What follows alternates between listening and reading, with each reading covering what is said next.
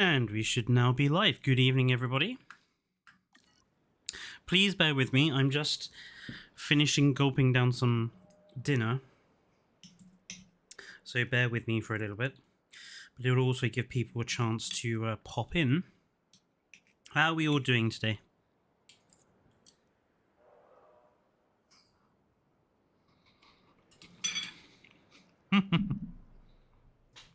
No, my birthday isn't until tomorrow, Joshua, but thank you.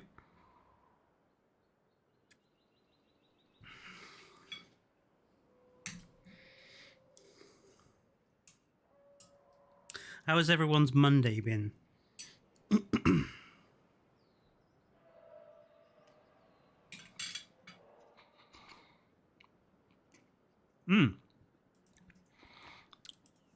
Well, welcome to the channel, Andreas. Your Monday's been good, King Giga. Good to hear it. So, first thing I want to do is actually apologize for yesterday. Unfortunately, when you have severe anxiety and depression, like I have, sometimes your mental state can sort of snap change very fast. And basically that's what happened last night. And I had to just take some time for myself. So that's why yesterday's stream was unfortunately cancelled.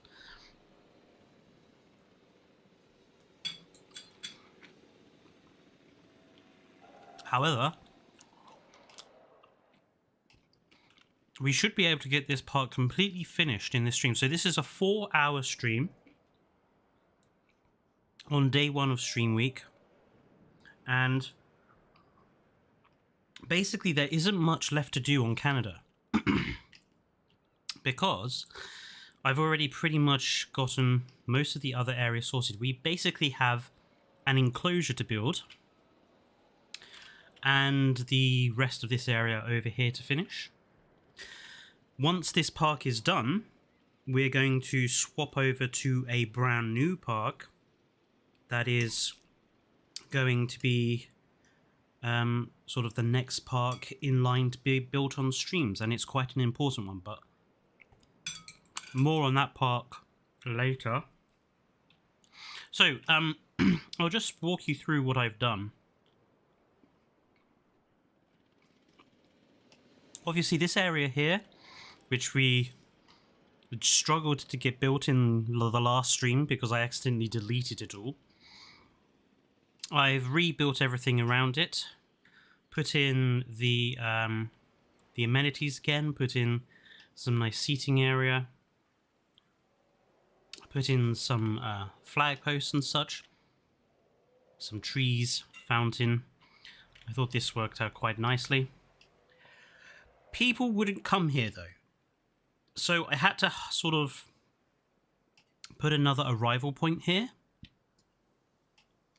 So what I would have this as, like, it would be sort of like just like another little side building, like you'd buy tickets for maybe the viewing tower or access to the aviary viewing dome, something like that.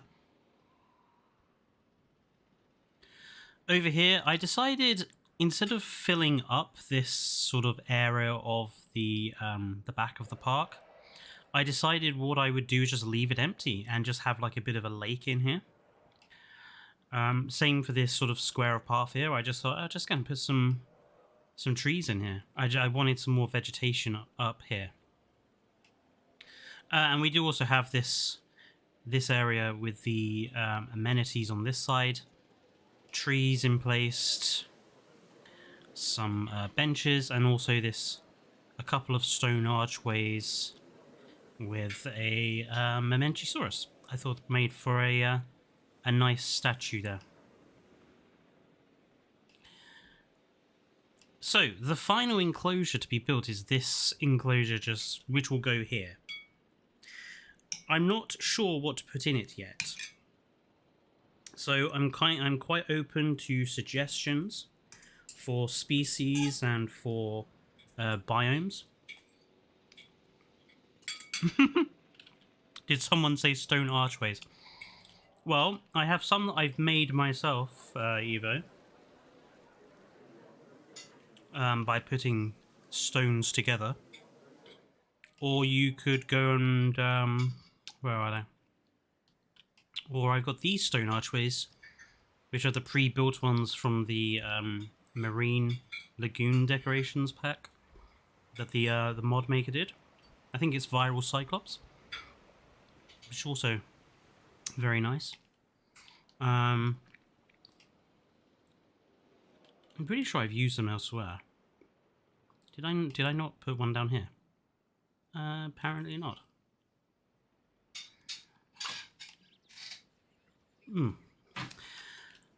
But yes, so I'm pretty open-minded with the enclosure here about what dinosaur we put in there and what biome we go for.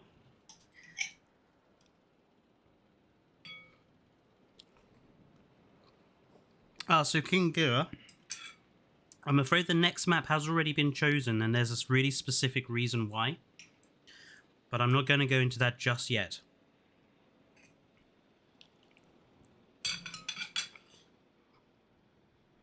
So let's have some ideas for biome, design of enclosure, dinosaur.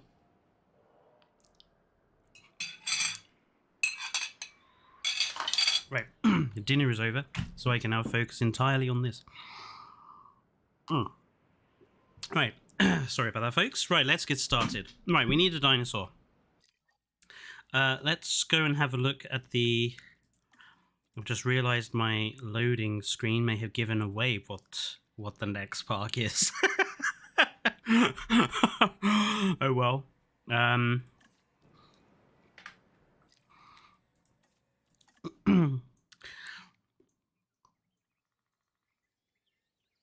Spring theme enclosure and iguanodon.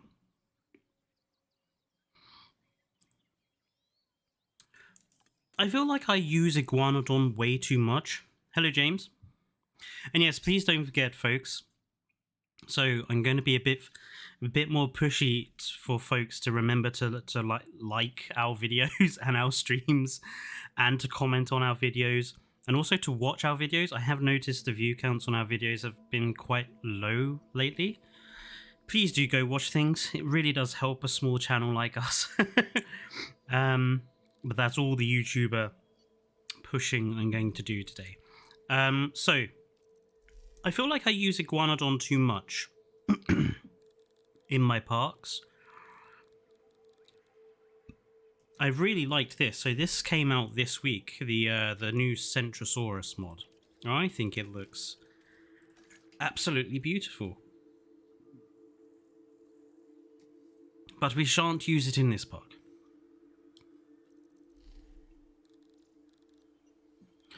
I don't know even whether to have a carnivore or a herbivore in this enclosure. I mean, the last dinosaur we did was Albertosaurus, so I suppose we probably should do a herbivore of some description.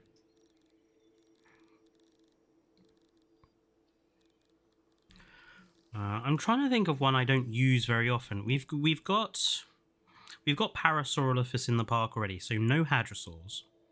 We've got Taichia in the park, so no ankylosaurs. We've got Camarasaurus, so no sauropod. And we've got Pachyrhinosaurus, so no ceratopsian. That means the only families we don't have are Pachycephalosaurs and Stegosaurs, if I'm not mistaken. We could go for Stegosaurus. I do prefer Wuhosaurus in general, but you know, let's have Stegosaurus at least. And let us stick to this pattern so we can have the new colors. Want something that's gonna stand out a bit. Now, I do quite like the yellow and the blue.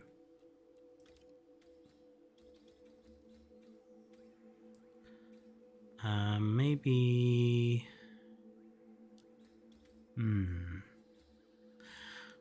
It's quite a green enclosure because Taiga is basically green, so we want to avoid a green coloured skin. Maybe something quite pale?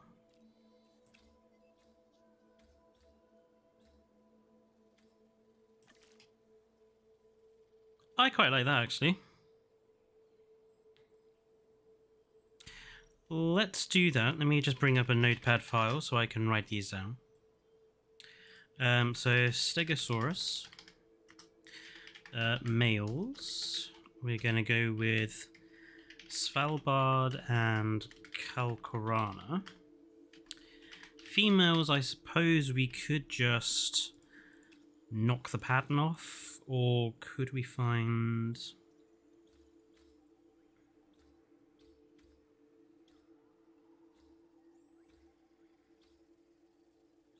Yeah, no, we'll just knock the pattern off for the females. Svalbard doesn't really have many colours that go quite well with it. And we'll have Stegosaurus living with something small. So let's have something small to live alongside Stegosaurus. Give me some ideas in chat.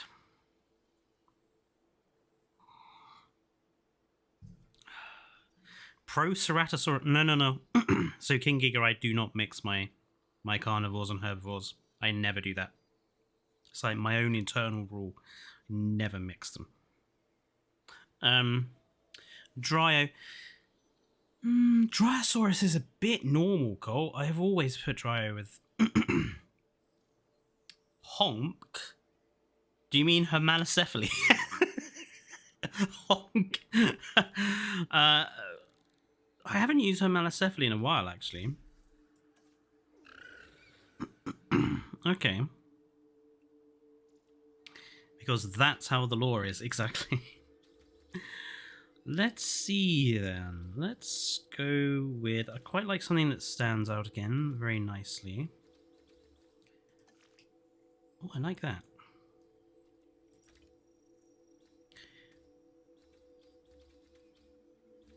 Yeah, actually, I really like that. Let's do so Homalo. Males are going to be Gambia, River Basin, and Rana. And females, so we want to... I think we want to nudge the colour down. So what's closest to Gambia? I would say Svalbard is probably closest to Gambia. Yep, same belly colour, just a darker pattern on the body. Maybe let's...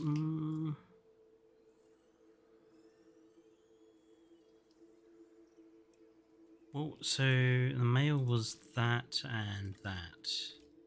So the female is that and that. I quite like that one for female. So we'll do Pulkrana. Sorry, Svalbard and Pulkrana. For that one. Okay, let's get back to the map.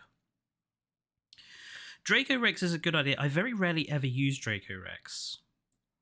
In fact, I would say I don't think I use the Pachycephalosaurs very often at all. I'm not sure why.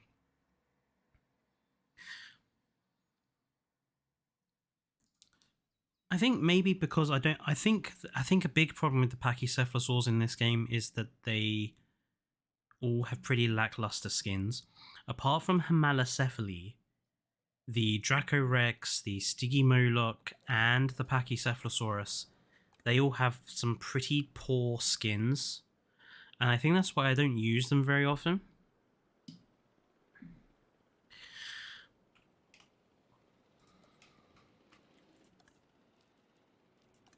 Skins are really important for me. Like, if a dinosaur has really bad skins in this game, I just won't use it. Right, so what sort of environment shall we go for these guys? Any particular ideas? I wouldn't mind seeing if we could try and get a waterfall in here somewhere. Because we've got these rocks behind, so we could try and put a waterfall in here.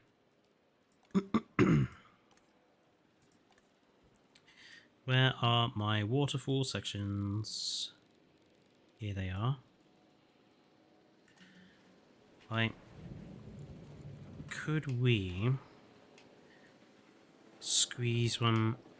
Obviously, thanks to the power of mods, I can just do that and just, you know, squeeze it out of the boundaries. And I can then cover that up. Yeah, let's move that forwards a little bit.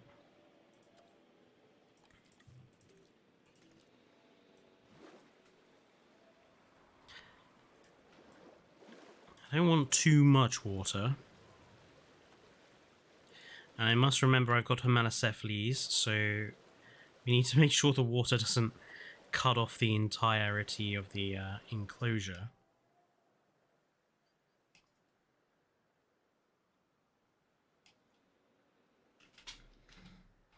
Big rocks equal more rock people. So I feel like that's a very Star Trek-y thing to say. Ah, speaking of Star Trek, like, so as some of you may or may not know, I have another channel, which I started this year, which is a Star Trek channel, and me and my buddy released a video the other week, and it got so much hatred, like we got so much hate, because we didn't put Captain Kirk on the thumbnail. I was like. Oh, it was interesting to see just how much hatred we garnered as a result of that.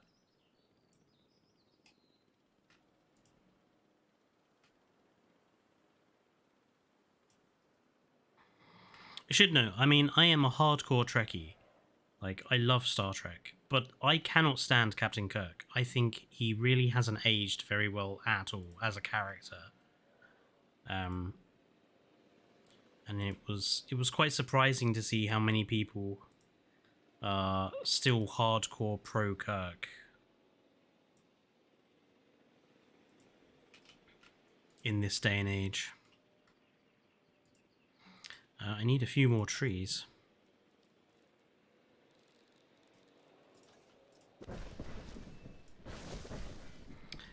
Let's have a couple of different coloured ones as well, which is kind of becoming my style, I think. The mixing of different colours. Meme culture is what kept him in relative. You know, you're not half wrong.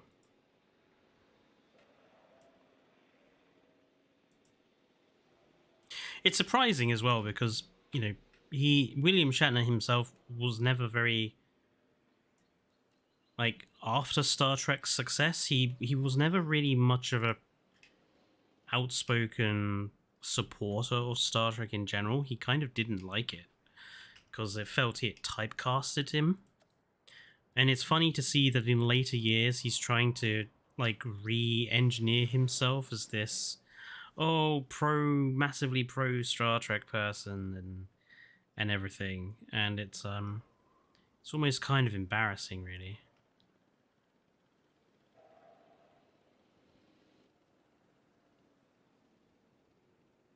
Right. These animals are going to be fairly dangerous, so I think we'll go with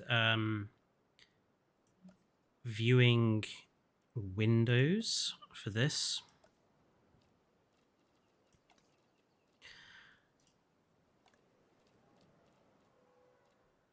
Where are my windows? Has said no Mac user ever. There we go. There are my windows. And I think what we'll do is we'll have them roughly center line.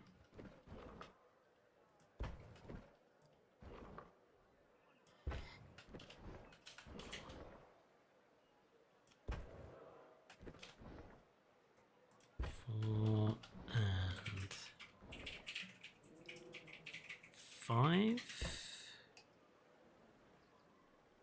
Maybe one more.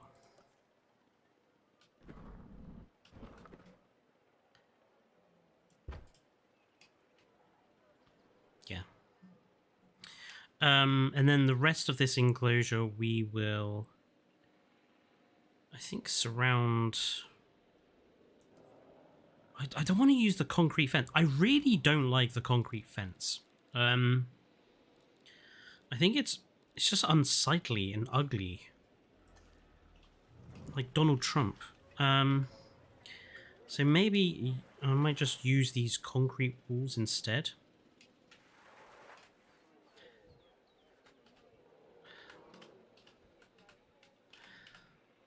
And just have a couple...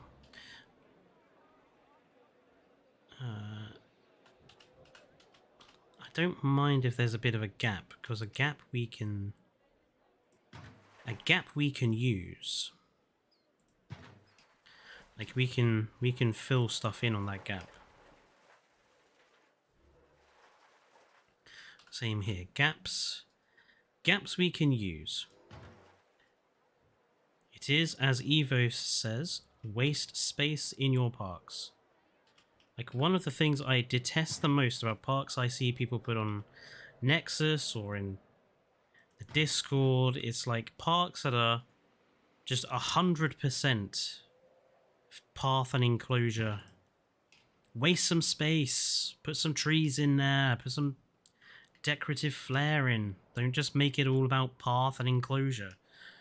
Zoos and wildlife parks are so much more than that.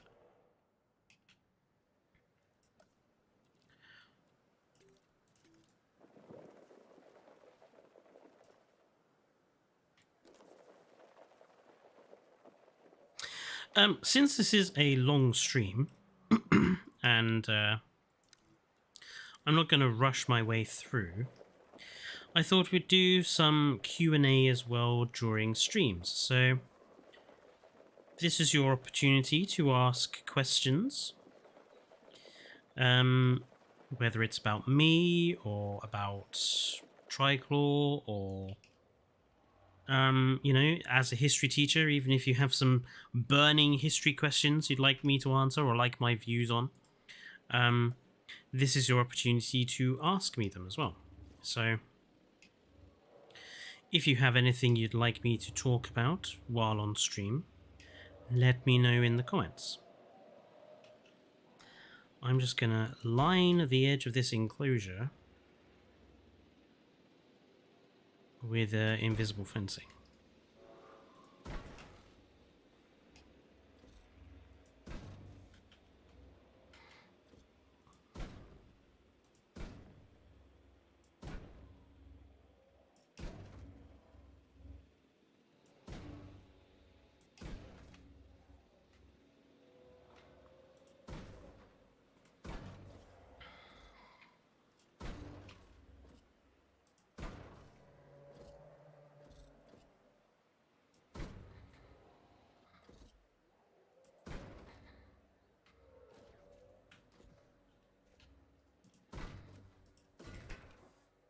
Excellent. Do you see Triclaw becoming a group of 4? So, Triclaw has kind of gone through some changes over the years from what we sort of initially thought it was going to be. Like, the first plan was for me, Dane, and our flatmate of the housemate of the time to be the 3 elements of Triclaw. Unfortunately, things got in the way. Our housemate was very focused on his artwork business, so he never really had time for the channel, and as a result, eventually he just basically stopped. And then when he moved out, that was kind of it. And then ever since then, we've just had various difficulties in sort of maintaining a solid 3-person group. Dane obviously works quite a lot because of the nature of his job, which is why it can be quite difficult to find times where he can stream, because when he's not working, he's like too tired to stream.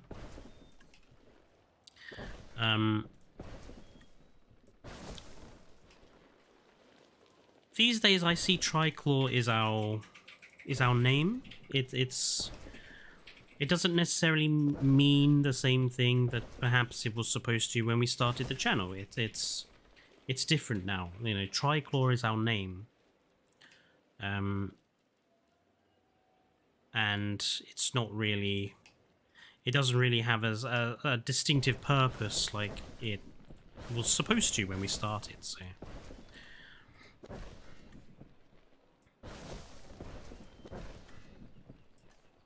But who knows, maybe things will change again in the future. I think if I've learned anything from doing YouTube these past few years is that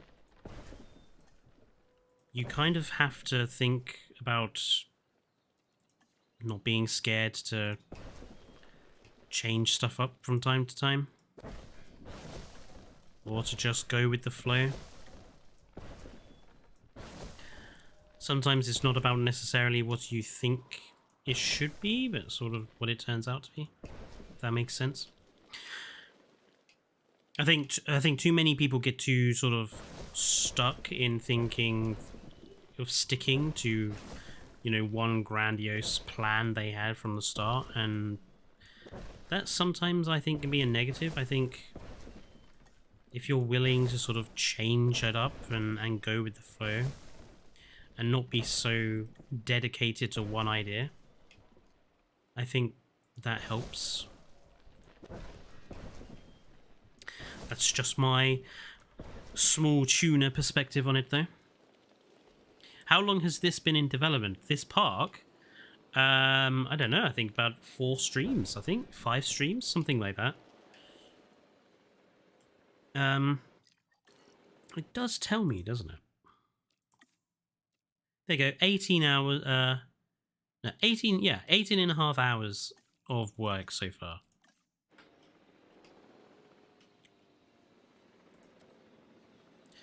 Which is pretty small fry for me. The park I won Evo's very first Battle of the Builders with, which was surprisingly not that long ago. But that park, I think, was a solid 60 hours of work, I think. Most of it struggling to draw bloody path art in Jurassic World Evolution 1.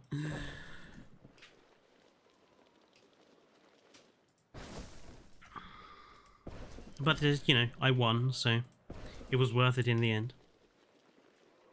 And, you know, there is a part of me as well, which is a bit egotistical about it, because I'm like, I am one of the original winners, you know? All of the winners that have come since, you know, good on you, but we were the first.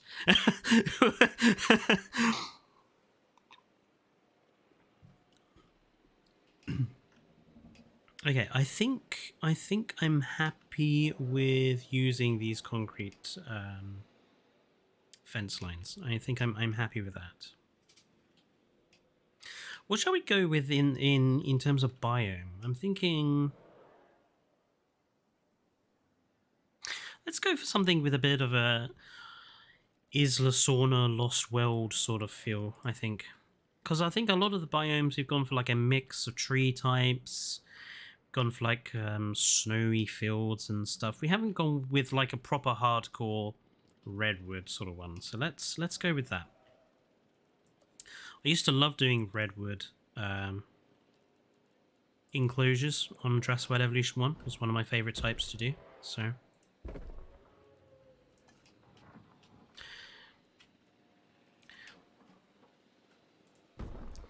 there's a little trick for you there. Just where your water ends, put some rocks around it.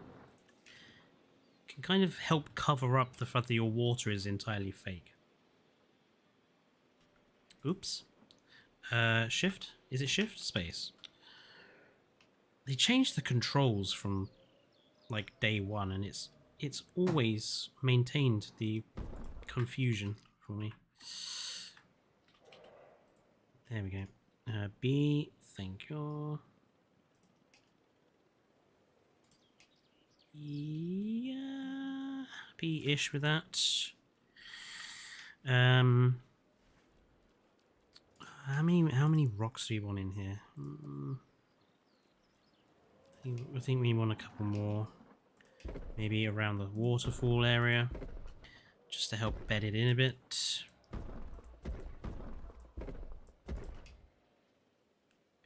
Good.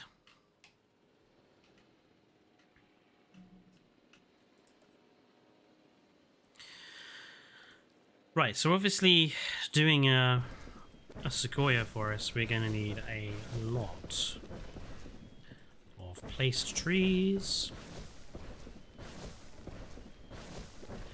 I'm just putting all these down so I have a good supply to begin with.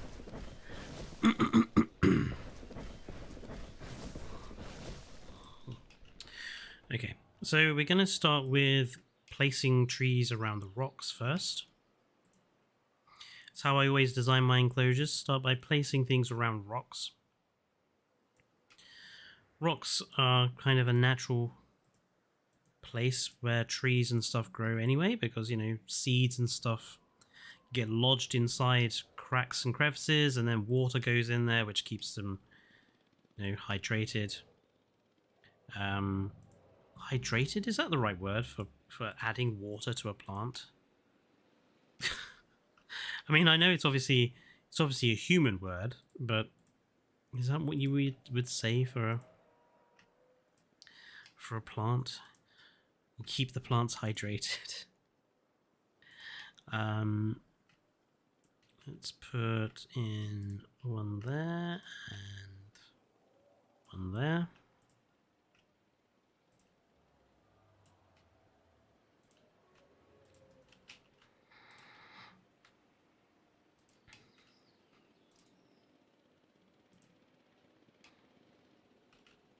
I'm doing it manually because what I want is to not fill up too much of the enclosure with just tree. I want to make sure that there is some sort of space around it.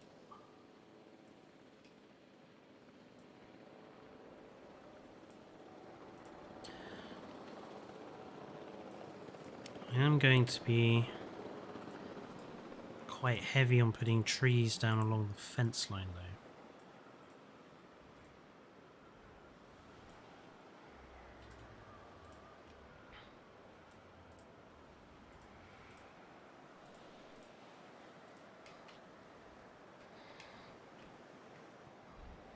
Yep. Gonna need a few more. What will the next park be based on? I'm going to keep that secret for now, because it'll spoil the reveal in an hour or so about what the park is about.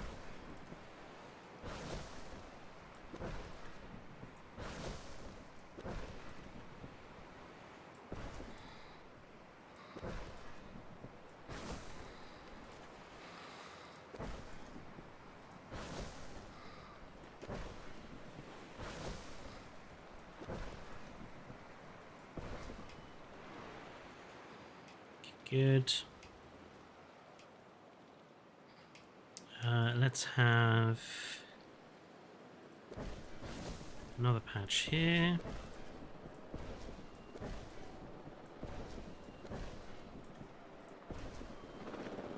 Let's do another patch here.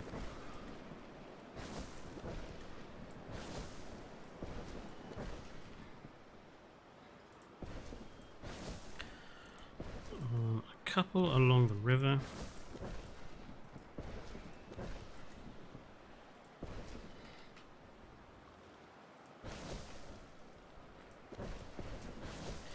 This is literally just all this one particular type of tree. We're then obviously going to add in types of tree and such from other biomes to add to the mix.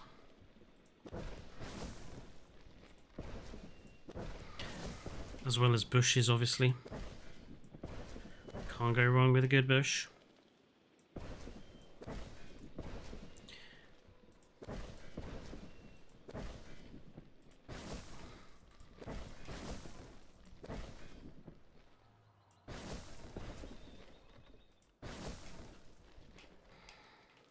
Okay, that's good.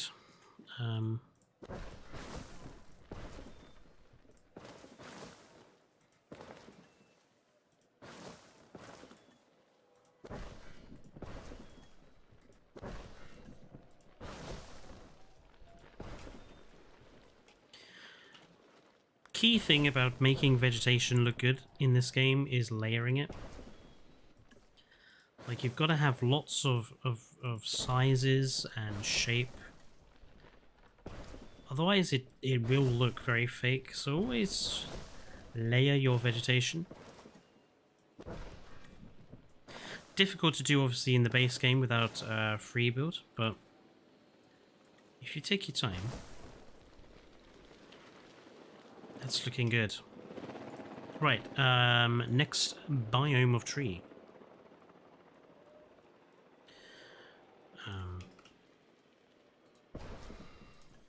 Now we aren't going to use too many of these. We just want to add the occasional alternative tree type in.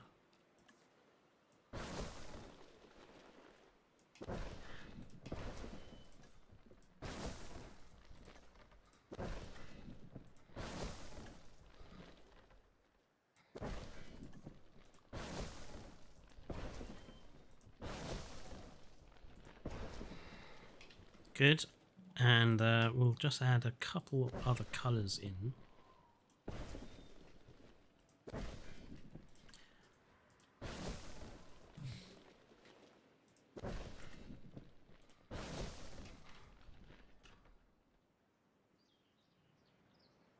Nice.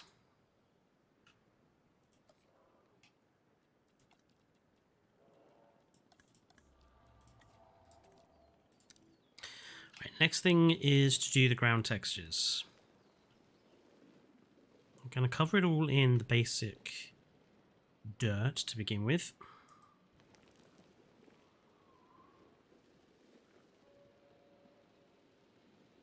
Like that. Good.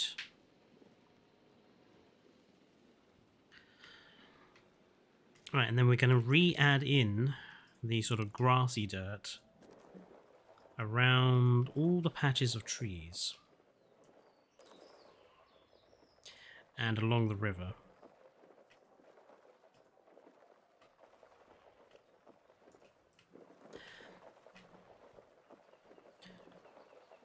Because what we want it to look like is we want there to be sort of roots between the patches of trees where the dinosaurs have obviously come and gone, and that has eroded the greenery and stuff away. That's the aim.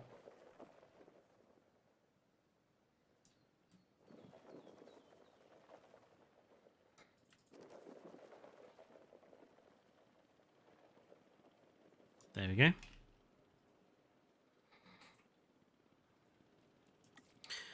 Now we're going to soften that with sand so that dirt texture is just a little softer. Not too soft, because we don't want it to be entirely sand. We're going to be really hard on the texture for the water. We're going to make it definitely very gravelly. There we go. Artificial depth. And then we're going to use the shrubs just to finish it off. Plenty of shrubs around the river. And then we're going to speckle some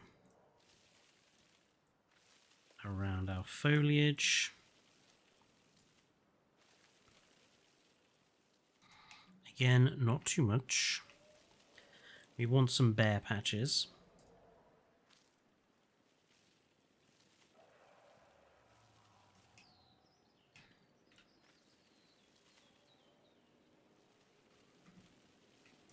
Good. So you can see we've got some sort of dedicated roots between the trees and the foliage where dinosaurs would have walked, and so they've eroded it away. But then there's lots of bedded in grass and stuff.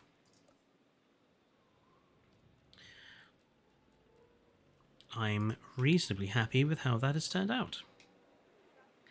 I think I do want to just improve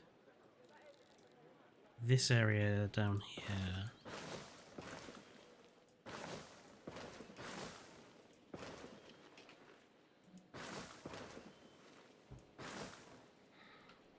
Maybe grab a couple of bigger bushes, just to...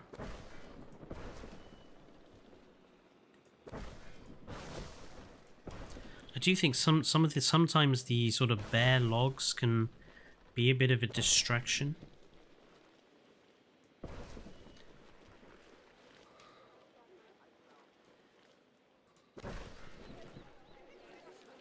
Yeah, that's a bit better.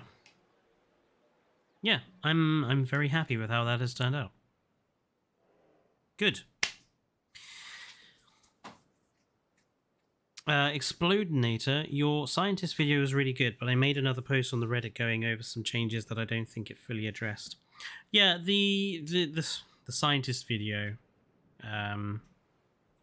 it's. I think the problem with the scientist system is it's very difficult to come up with a system that everybody would like. I think it's almost fundamentally impossible to come up with a system that everyone would like, because if you make it too simple, then people like me are gonna hate it, and if you make it too difficult, then people that prefer more casual gameplay experience are gonna hate it.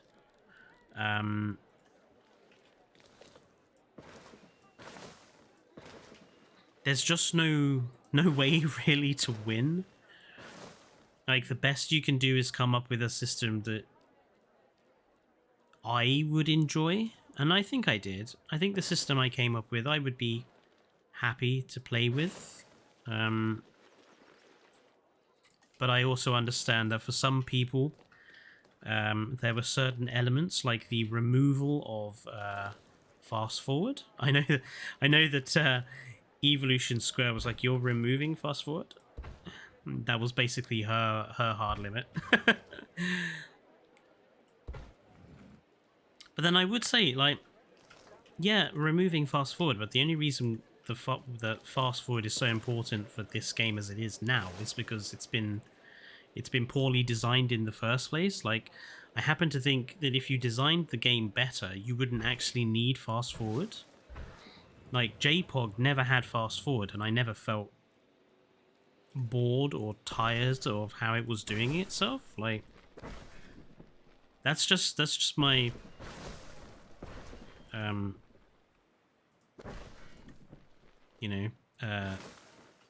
thought of the day. Like, if you designed the game better, fast forward wouldn't actually be necessary, so you could remove it without it being a problem.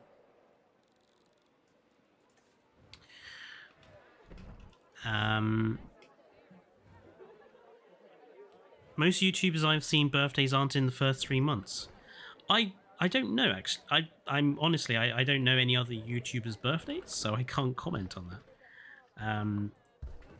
It is interesting because Dane is in the summer, but me and my buddy Fallout, our birthdays are both in March. My sister is in October.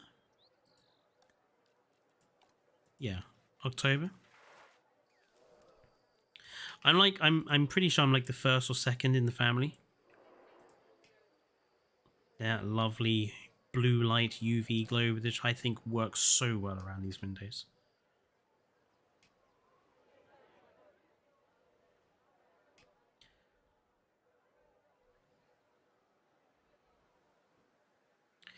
You know, I think we are ready for dinosaurs.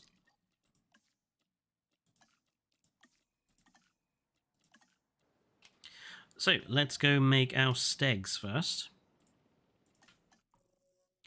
I think what you made is really good for the background stuff. What I wrote was made more for actual animal and park creation management. Yeah, like so when obviously when doing a video like that, I didn't want to go into like too much hardcore detail because then the video would end up 4 hours long. So I just wanted to give it a general overview of how it would work.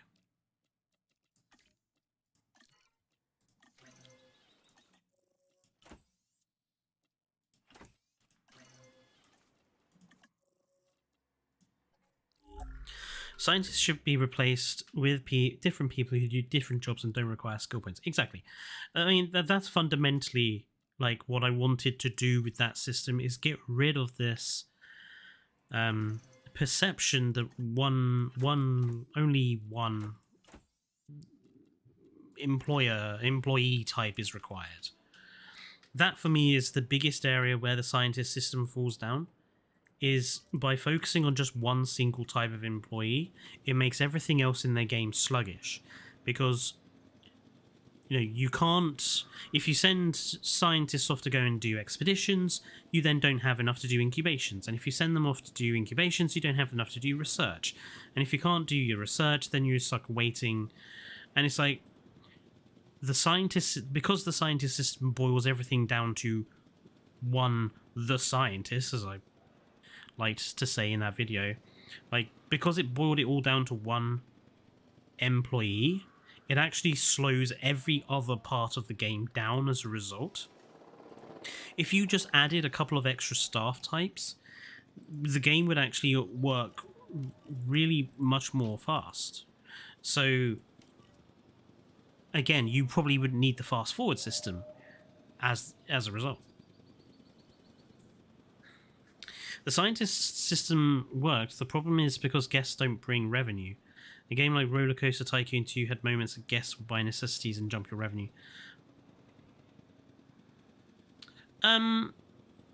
What do you mean by guests don't bring revenue, Andrew? Because they do. So what do you mean by bringing revenue? Also, I've realized. What do these guys actually eat? They eat ground fruit and ground fiber, which there is plenty of, luckily.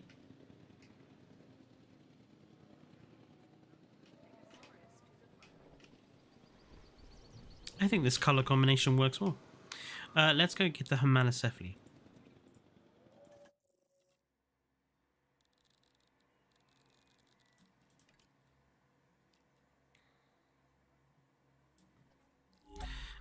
Gambia River Basin and what was it? Gambia River Basin and Rana. So those are our males. Let's go for 3 males.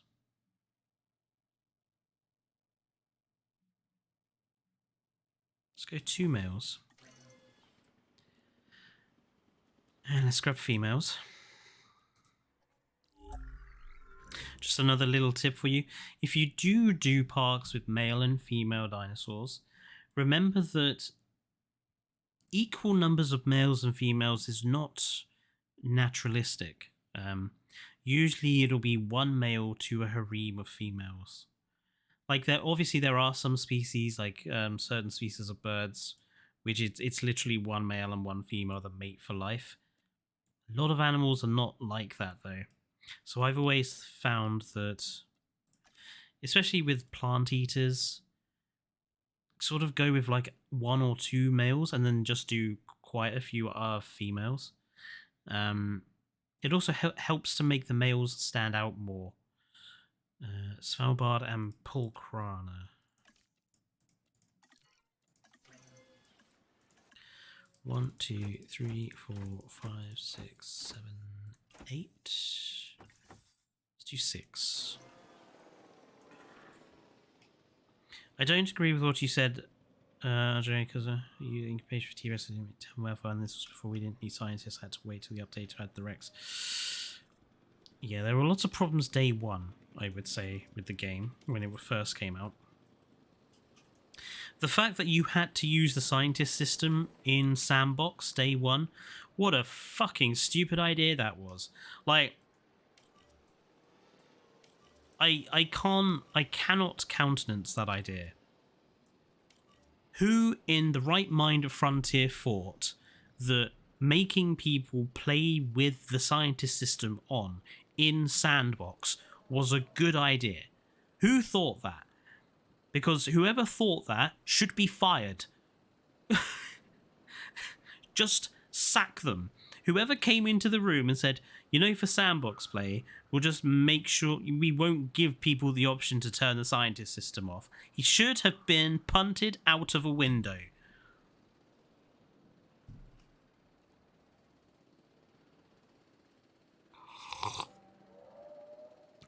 I need some gin.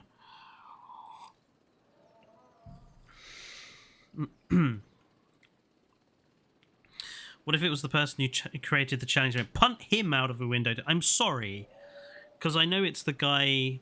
I've forgotten his name, but that it was the guy that does most of their media stuff is the one who came up with challenge mode, and he really likes it. I'm sorry, I think it's the worst idea that they've ever had. Challenge mode in Jurassic World Evolution 1 was a chore. It was horrible. It wasn't fun. And challenge mode in this game is basically a campaign. So I would rather just make challenge mode not exist, and just all the time and effort that was wasted in making challenge mode for this game put into making a decent campaign and put into making those chaos theory modes better, that would have been fine.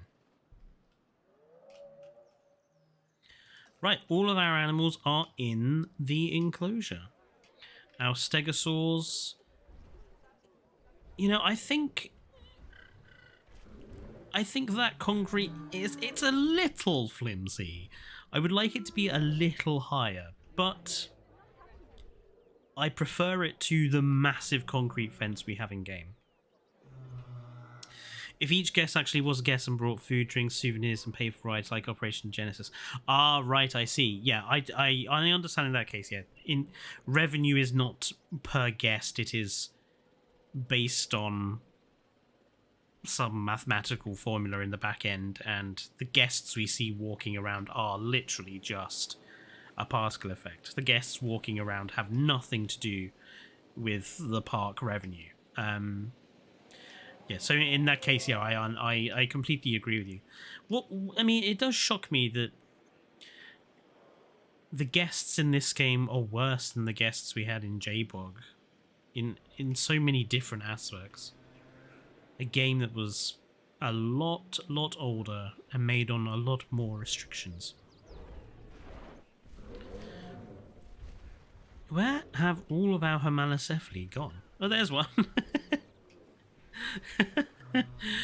Tiny little Homalocephali.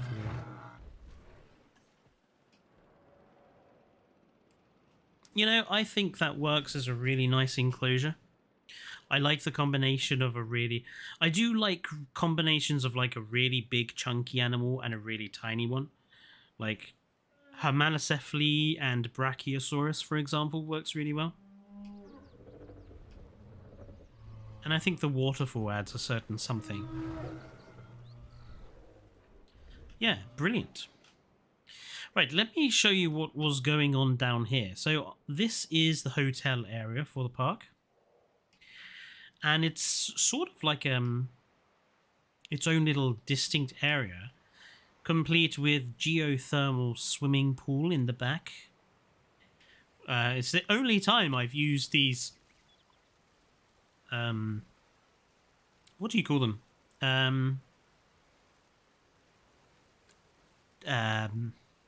Deck chairs? Is deck chairs what I mean? Sun lounges, whatever you want to call them.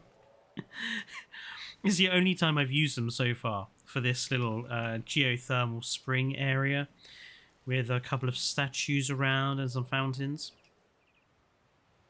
So obviously, if you're lounge chairs, thank you, Colt. So yeah, if you join the hotel, or buy tickets for the hotel, you have access to this geothermal spring. And yeah, the little restrooms I thought made for very good changing rooms. If you're doing like a beach or something, little restroom to be a changing room works quite well, I think. Risky to use fire. Well, I wanted something to make it clear that there was warmth here. The fires worked nicely. This area is basically done. The area around the hotel. There's just some minor decoration too. What I don't know, or what I'm not sure of, is the rest of this little zone. I want something up on this hill, but I don't think it necessarily has to be an enclosure unless we can. Now, I'm tempted to put a lagoon up here because a lagoon would fit, but it would only be a single lagoon piece. So we would have to be quite careful about what animal we put in here.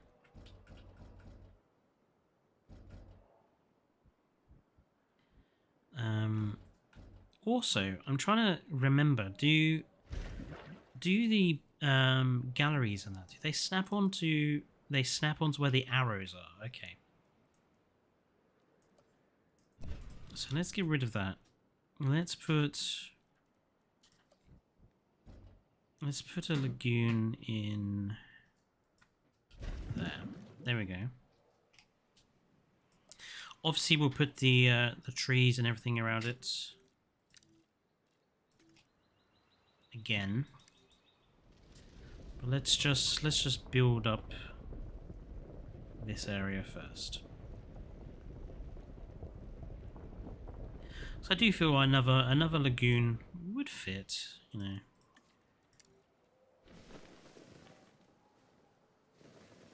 We'll manually place some trees in.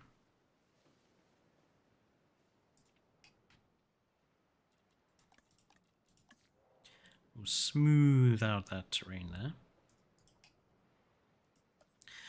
Let's put in a gallery.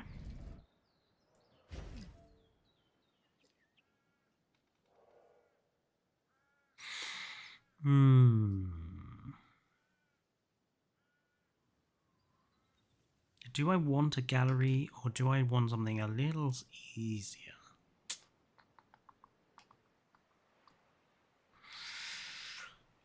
Let's, instead of a gallery, let's put in a promenade.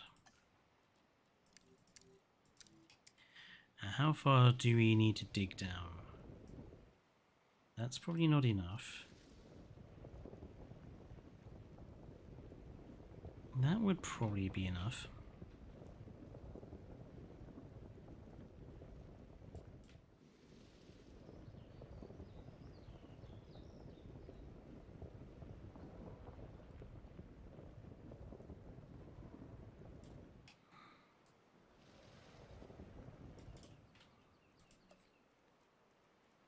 Let's put in one of those. How deep under the waterline is that?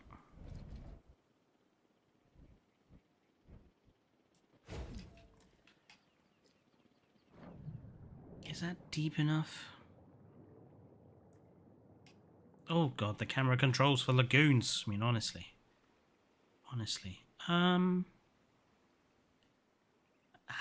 want it to be a little lower than that, to be honest. That is as low as that's gonna get. And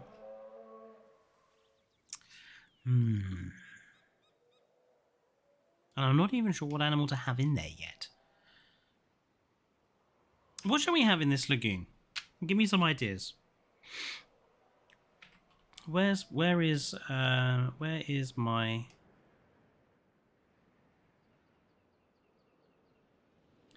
Let's just plonk down a lagoon hatchery onto this.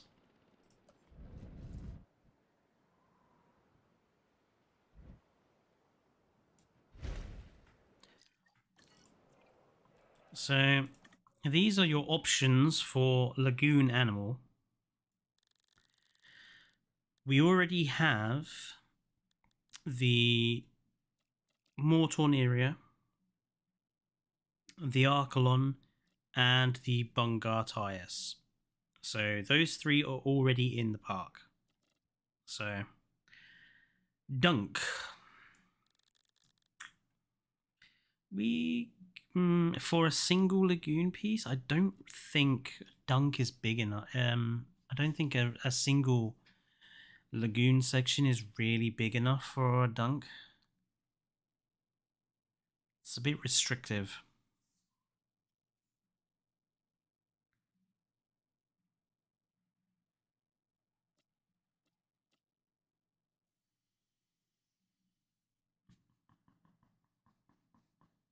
I know. I don't mean whether it likes it or not. I just think one lagoon piece is too small for a Dunk, because I don't want one Dunk. You probably want 2 or 3 in there, and it's just, yeah, it's too big for one.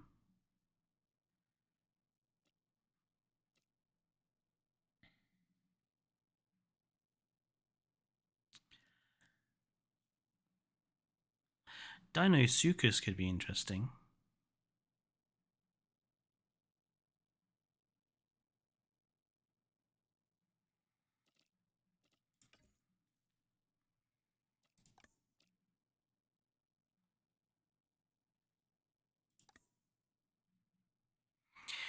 Know those.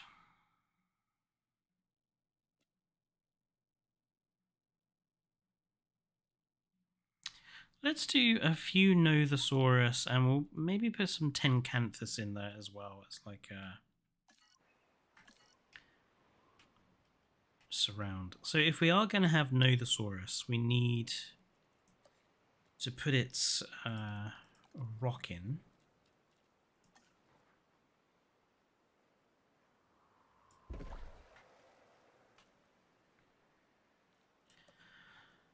And we are going to need to put in its food.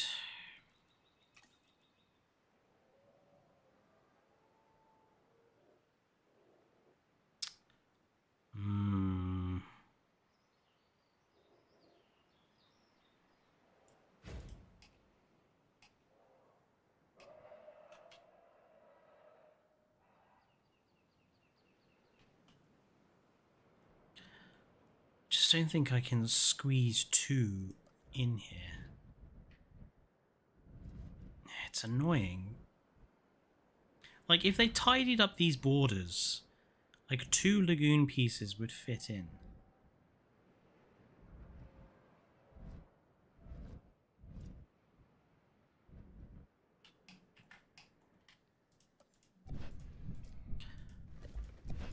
I want to see if I can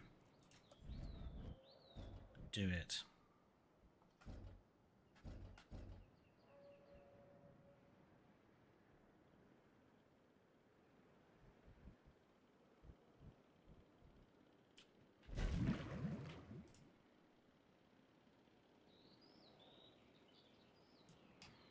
I don't mind that I can cover... no, I'm not gonna... I won't be able to cover that up. I won't be able to cover that up.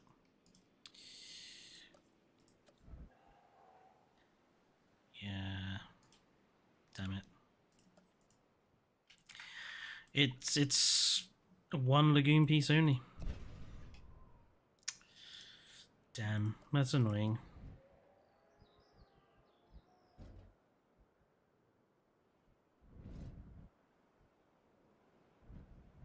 Should have probably put the hotels at the top, but I wanted them close to the lake.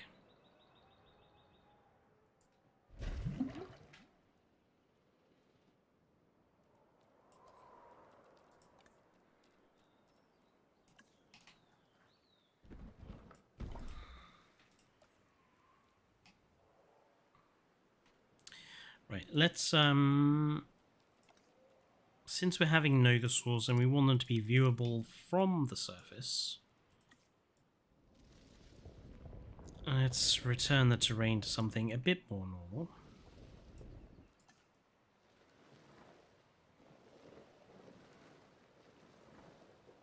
Go. Let's chuck in our hatchery. We know we need a feeder in here. She'll put that side. In terms of perimeter decoration,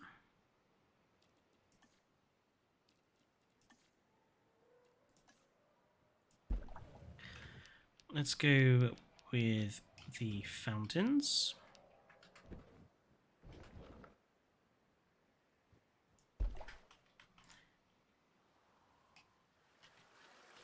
Oh, you do that for?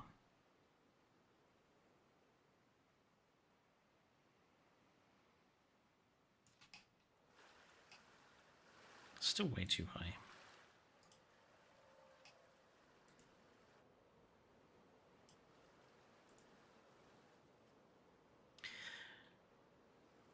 There are some big oddities with mods in this game.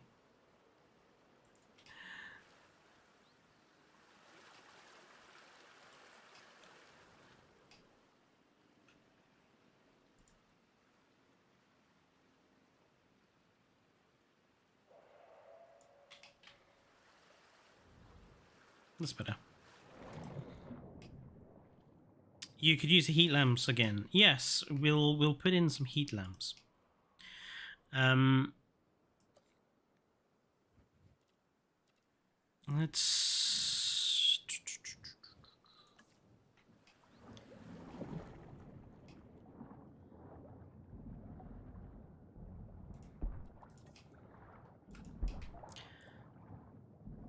Let's put in the kale. Kale? Kelp. Kale. Oh, kale is something entirely different.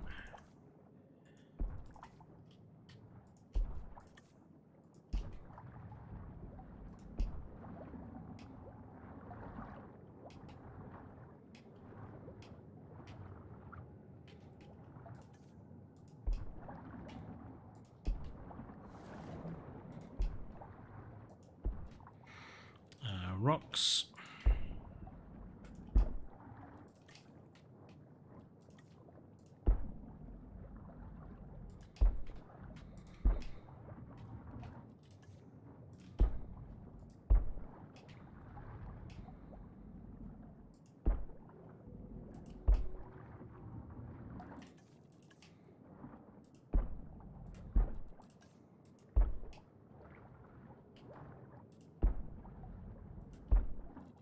Okay.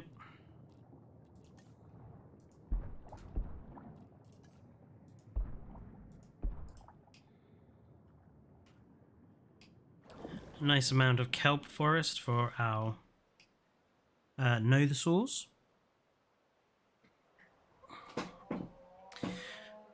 Do you think the next pack is a flyer pack?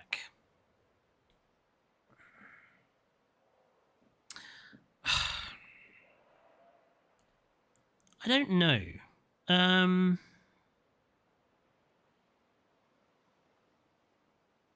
Maybe?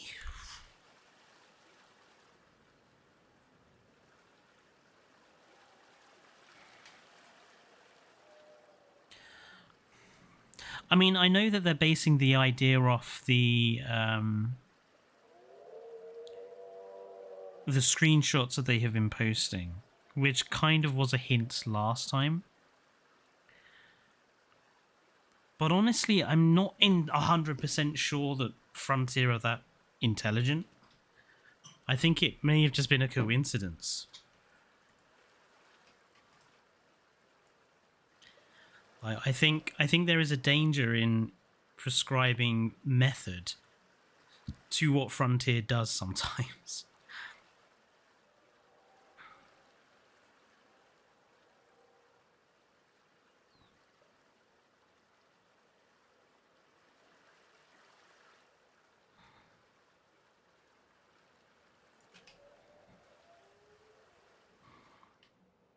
That's better.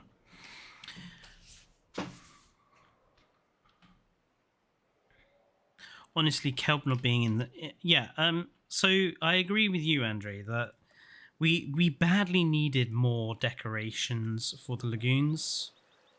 Kelp, I would have thought, was just such a basic one.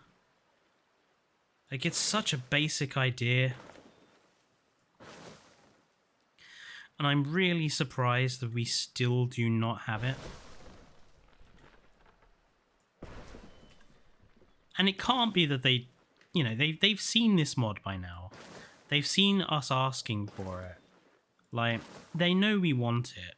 Just bloody give it to people.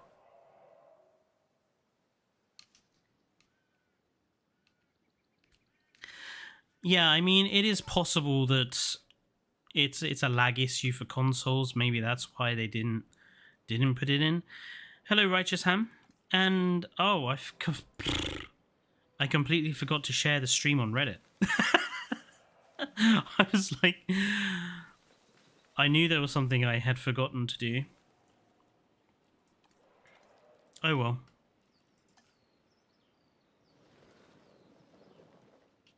I'll have to remember to do that in the future.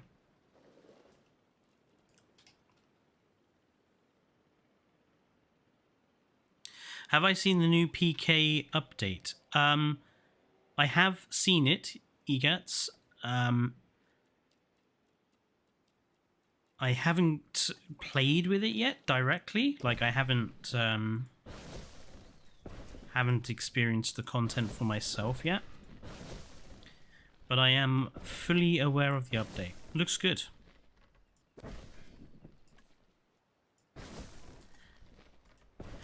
I think the game is Prehistoric Kingdom, that is. The game is starting to get to a point where I think it's arguably becoming superior to JWE2 in some respects.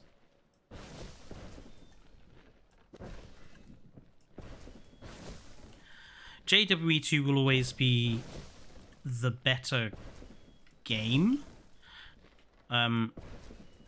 Like it's always going to be more playable. It's always going to have more players and a bigger player base because, you know, it's a Jurassic game and it's also a lot easier to play. So Jurassic World Evolution 2 will always be the better game in that regards. But in terms of a good park building experience and a good prehistoric zoo building experience, Prehistoric Kingdom is definitely getting to the point where it's going to overtake the Evolution games easily. Somebody posted a link to your scientist rework. Interesting, considering I posted one and... Well, I'm glad somebody posted it again, at least. And I'm glad you liked it.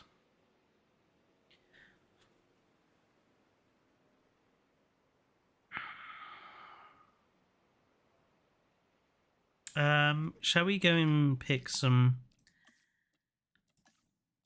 Let's quickly go and pick some Nothosaur and Tencanthus skins. Mostly park builds are what's keeping this game alive, yeah. I mean, in regards to sort of the next DLC being flyer-based, if it is flyer-based, I want it to be part of something bigger than just here's 4 more species of pterosaur. It needs to be more than that. If it's going to be a flyer pack, we need some improvements to the pterosaurs in general. You know, we need social animations for them. Pterosaurs need to be able to walk. We need some new decorative components or something for the aviaries. We need more than just 4 new species of pterosaur. Because to be honest, I mean, since we're here, let's have a look. In terms of the pterosaur species we have in game, ignoring Genuinopterus because that's a mod, like of the pterosaur species we have in game, the big ones are already there. So Quetz is already there, Tropiognathus is already there, Pteranodon is already there, Tabijara is already there, Dimorphodon is already there. I can't come up with 4 pterosaurs I would want to have in the game. And here's a hot take. I don't want Hapsigopteryx. Okay? I don't want it. Firstly, Hapsigopteryx, it's too similar to Quetzalcoatlus. And we've already got too many pterosaurs that are pretty similar to each other already in game. But the bigger problem is that I don't want Hapsigopteryx to be in game if they can't make the Asdarchid pterosaurs walk around. If they are not going to have walking as Asdarchids, then I don't want Asdarchids. Simple as that. If they're not going to give us an aviary building that's big enough for these big Asdarchid pterosaurs, don't have them in game. Of course, the Quetz now, you put the Quetz in an aviary, it looks preposterous because it can never get off the ground. The thing just hovers at about 20 foot. Wait, no, the source. Pterodastrudo would be unique, but again, are they going to bring in additional like feeder varieties for it? No, they'll just make it eat fish like they did with Dimorphodon.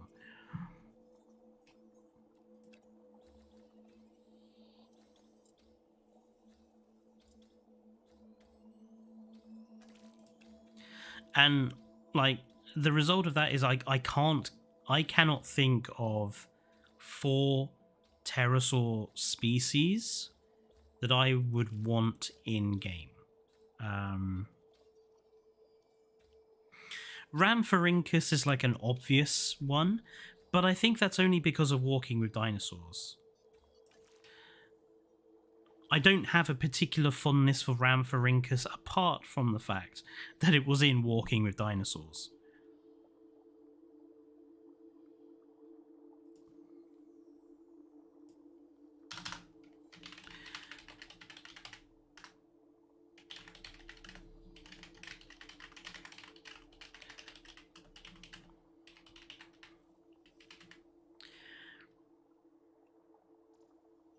For me, it's Hapsigopteryx, Pterodastro, Rampho, and Anghegera. That one I'm not familiar with.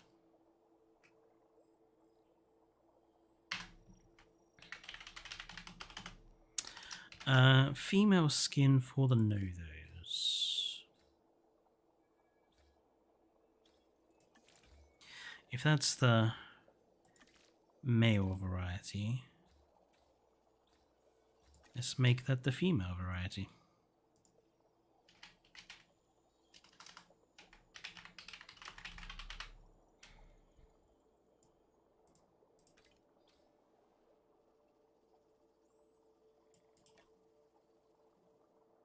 Yeah.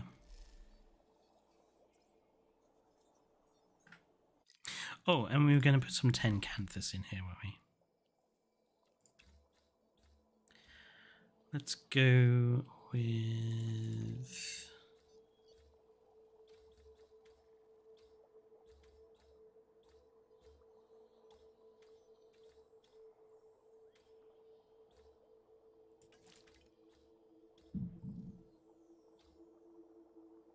let's go with like blue with white spots. It's kind of like a...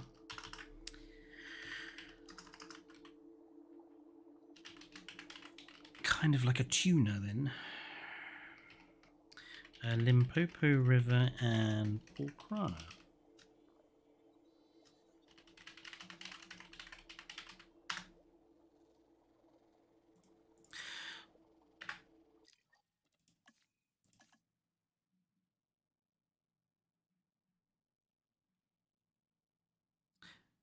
Yeah, so Quets should be released from a normal hatchery. I really like that idea, King Giga. Like,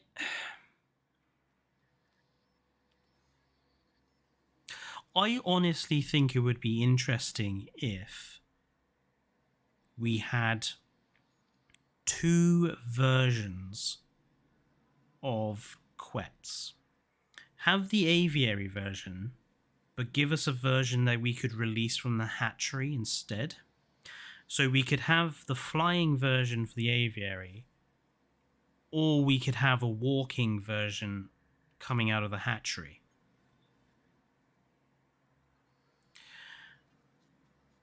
That, I think, would be a good way of getting around the size issue, like the problems of trying to make it do both in the aviary.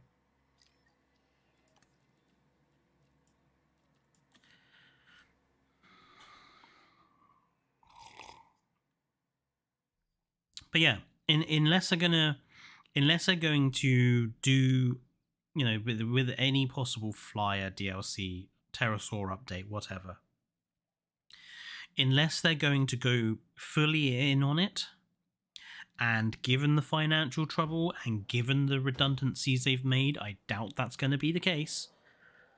Unless they're going to go all in on it, I don't want them to do it. I'll be honest, I would rather they take 6 months to give us a DLC at the end of it that's actually worthwhile than take 2 months to give us a DLC that's clearly rushed.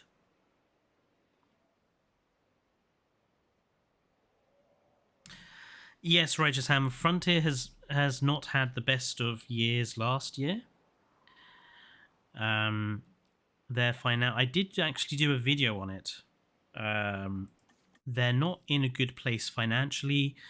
They've cut about a quarter of their staff out as well. They fired about a quarter of their staff.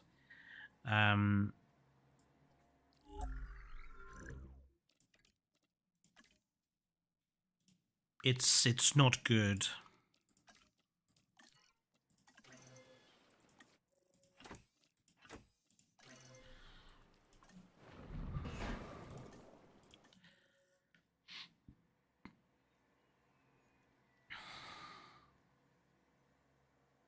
JWE2 makes less money than Planet Zoo.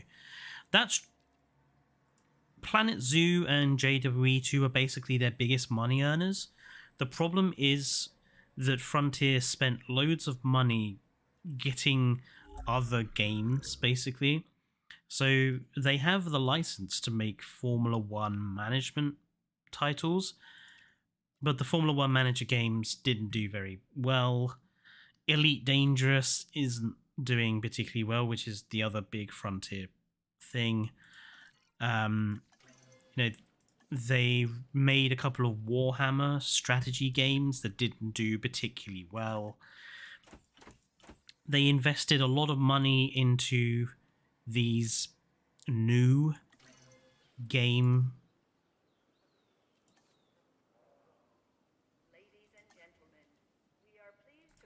types, and it just hasn't worked very well.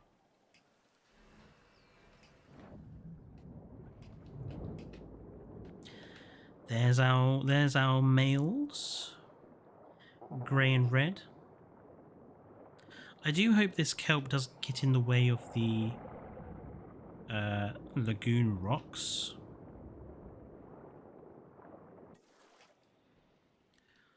I'm just going to stick it on fast forward and just double check that they can actually get on the lagoon rock.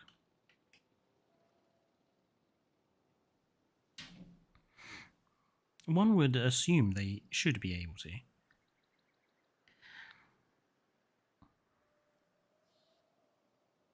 Yes, there we go. Lovely.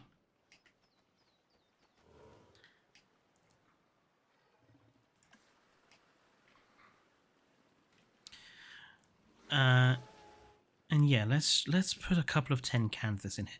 Not too many, because again, it's not that big of a space. But Limpopo River and Pool Krana.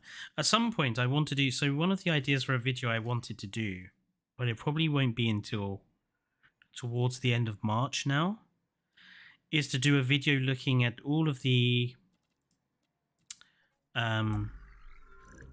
locations that they give us skin colors for.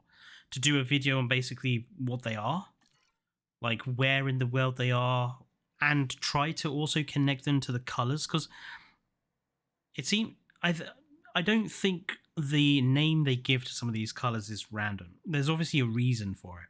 So I want to do a video kind of looking at these environments and being like, so this dinosaur with Great Sandy Desert or Gambia River Basin, is this color because it's based on this animal or this plant or whatever. I wanted to do a video like that, because I think I haven't seen anybody do something similar. So I think that would be quite an interesting video to do.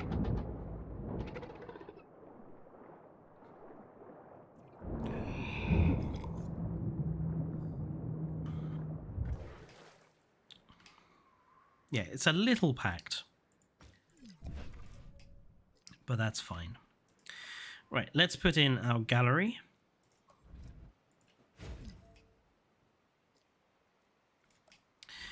And then we need to design the area up here, really. What time is it? 7:30. So we're pretty much on time with where I thought we were going to be, which is good.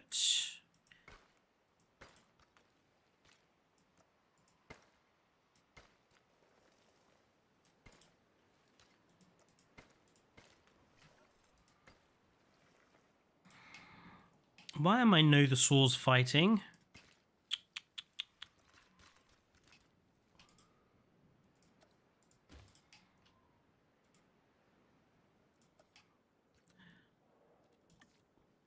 The mods have you excited, but you're waiting for the game to be done. Yeah, I don't blame you. It can be quite frustrating at times to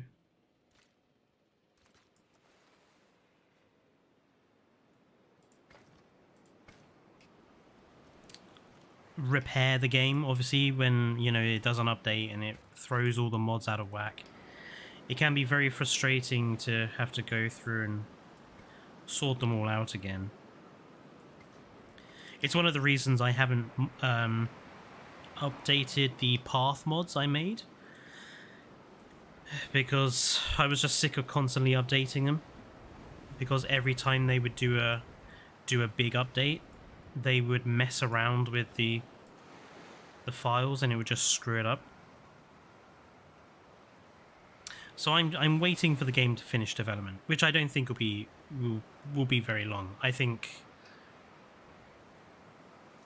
by July of this year. I don't think the game has much longer to go.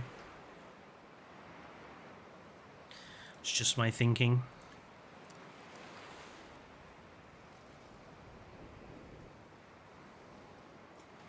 There's a lump. Oh no, it's just discoloration.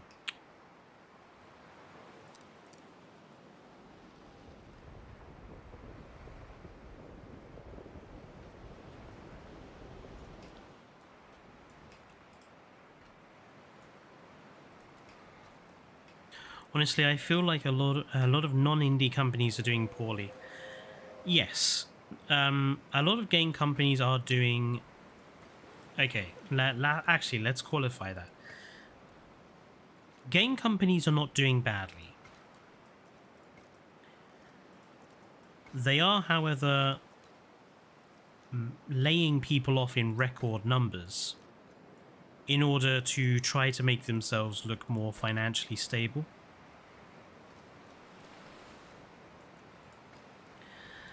That's why, people have been let go from Frontier in an effort to cut costs, even though probably there are better ways that they could cut costs. And all the redundancies being made at places like EA and that, it's also mostly to make the company look better. It's not because the company is in serious financial trouble, it's because they want to make more money for the stockholders.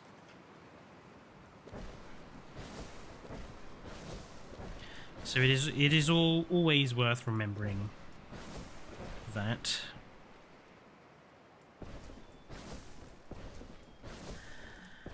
But yeah, Frontier is genuinely not in a good financial position. But I kind of feel like they deserve it. And I know that sounds really harsh.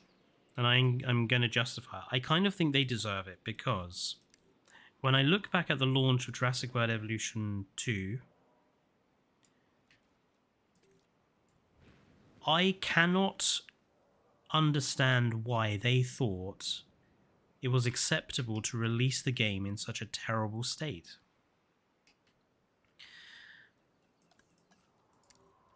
I am tired as a gamer. You know, I'm 33 years old tomorrow, okay? And I think something that being born in the early 90s has given me is given me a quite unique observation of the gaming industry, because we had a Sega Mega Drive in my house. I got to witness the launch of the Nintendo 64, the PlayStation 1, the PlayStation 2, the original Xbox, the rise of PC gaming. That's all happened in my lifetime. And I think it's easy for people who haven't seen it rise. I think it's easy for people to sort of not think the video game companies are responsible, and they are. You know, the video game industry is in a bad position, not because of anything that we have done as players. It's not because of anything that's happened, like recessions or COVID. The game industry is in a bad way because companies like EA and Ubisoft and Activision and Sony and Microsoft and Bethesda have treated gamers like shit for years. And it's getting to the point now where gamers have turned around and said, we are not going to accept that anymore. And then these game companies wonder why all their games fail to achieve what they want.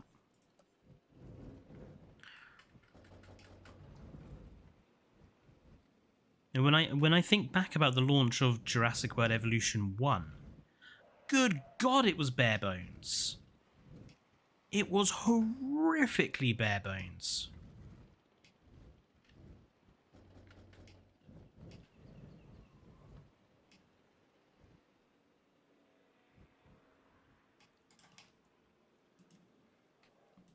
And as consumers, like, why should we pay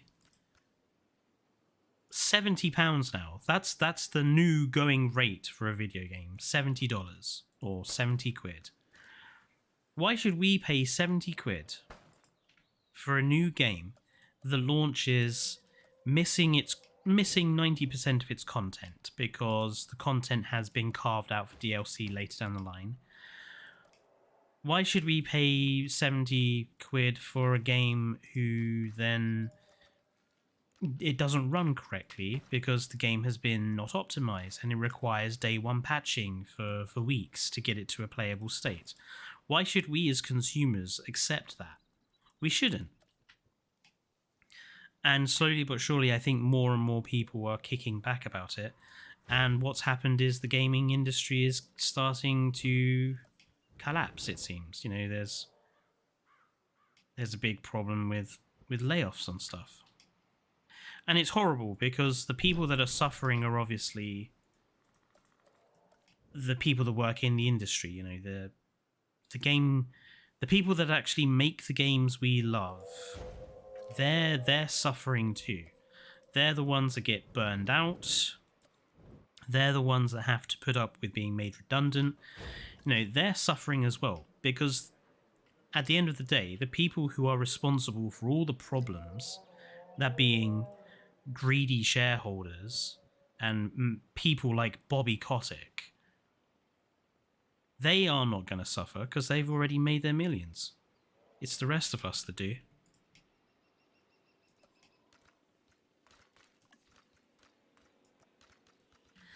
So I have no sympathy for these companies. You know, if EA Games and Bethesda and all these other ones, they go bust, no sympathy for them. Maybe it's time they did go bust so the indie companies can benefit. Oh, thank you, Turbo Soul. Much appreciated. I've been here since the SNES days, so I've seen so much garbage. Exactly. Modern gamers are also the problem. I do agree, Andre, and I'm sorry for those of you who are of a younger age in the audience. But some of you are also to blame, unfortunately, because you've accepted it. You know, you've paid money for Overwatch loot boxes and you've allowed these practices to be successful.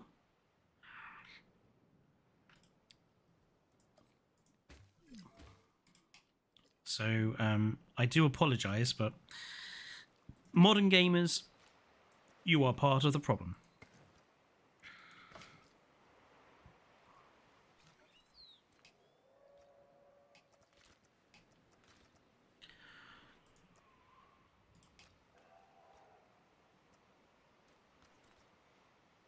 You know, I kind of want to do something different with this. Let's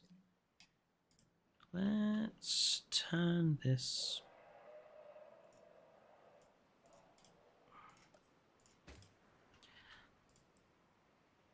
Let's put that back there.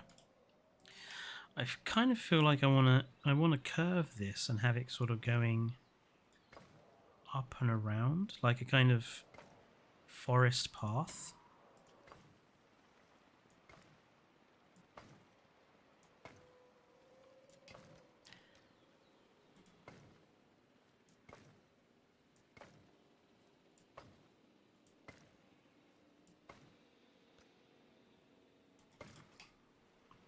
Yeah, something like that. And then we'll line the rest of this with trees, basically.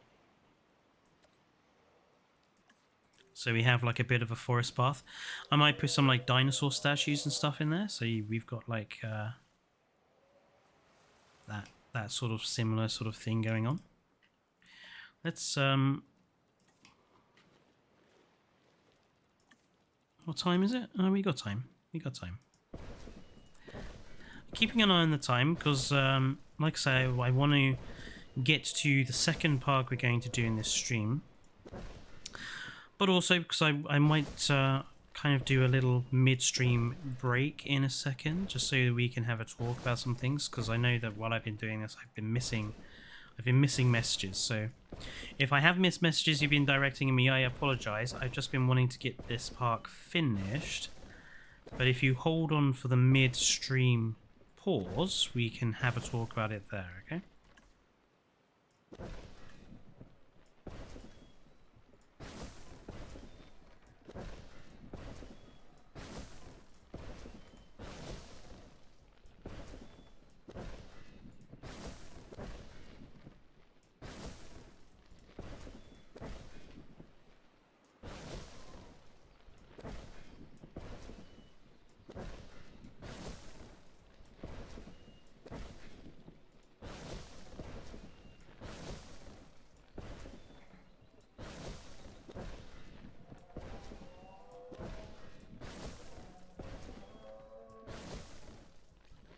Those stegosaurs are so loud.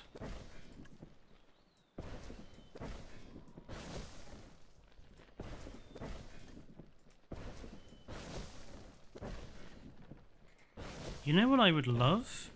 Is for them to put in a random tree button. You know how like they gave us with the rocks, the random rock button that would just every time you clicked, give you a different random rock. I would love that, but for trees, it would make doing this so much quicker.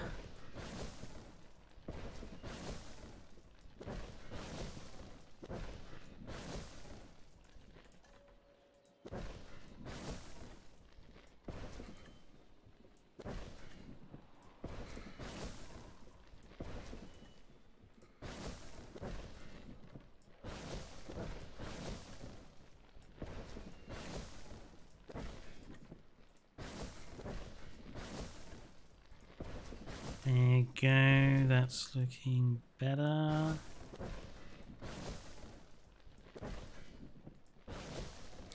Stegosaurus wants a spotlight. Yeah, for sure.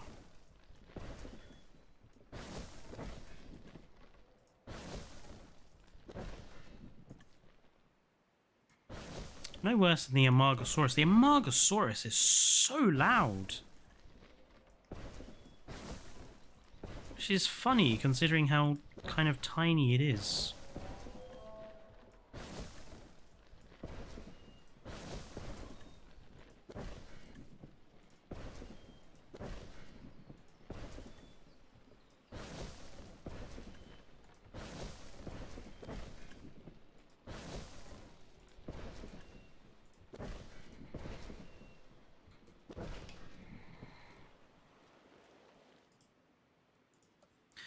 I think we need to break up that. We need to break up those with some other tree varieties, I think.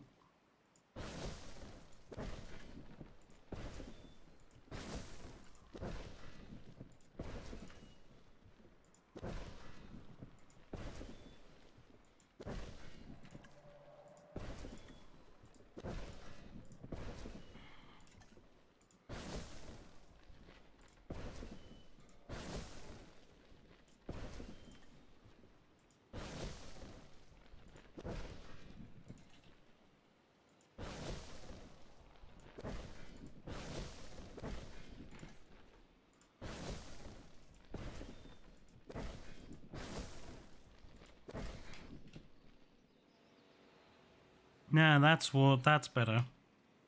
That's a lot better. That's what I wanted. Something like that. So you walk, you spiral your way through this woodland path to your hotel.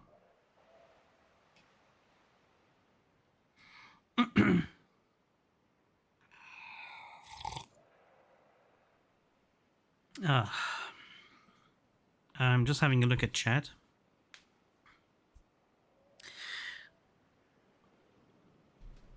The path needs some lights. Yes, I will have to...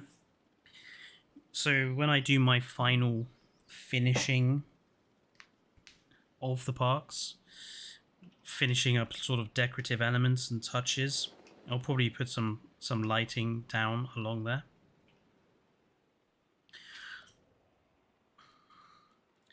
Let's put in final few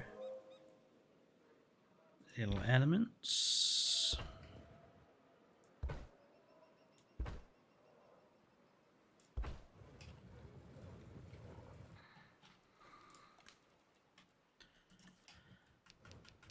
Where can disabled people skip the queue? They must suffer.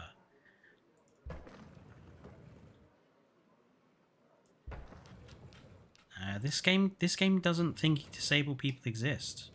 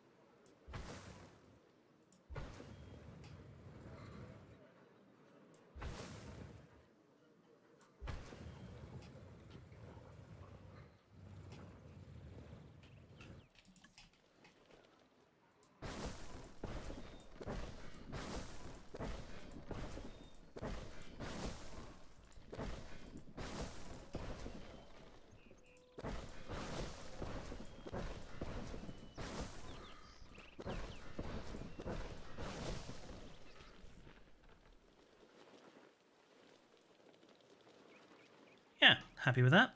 And let's put in quite like a fountain or something.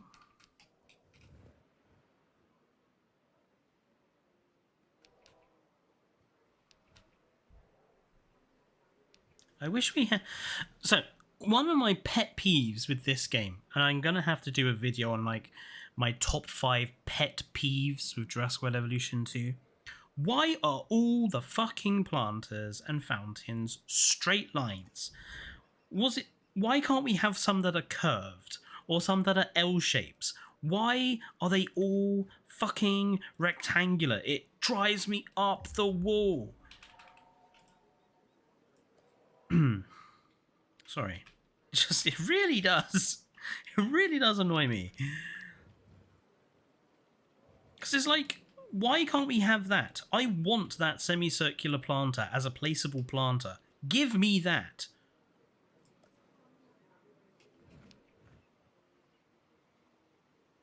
Fucking, I'd rather have that semicircular planter than Rhamphorhynchus or fucking Megalodon, that's for sure. Oh, don't even get me started on Megalodon.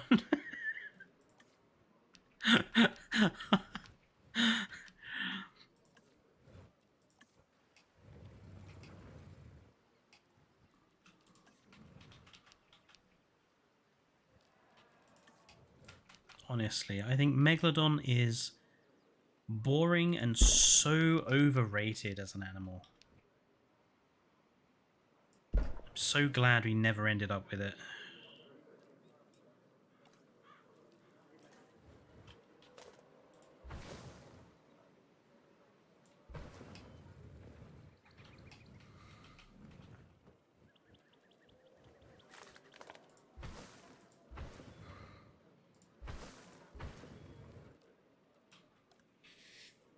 Well, actually, there is a squiggle planter. Okay, yeah, but like, okay, we've got one squiggle planter. Like, is it so difficult for them to give us some other shapes? Like, come on. It can't be difficult. Put the work in, Frontier.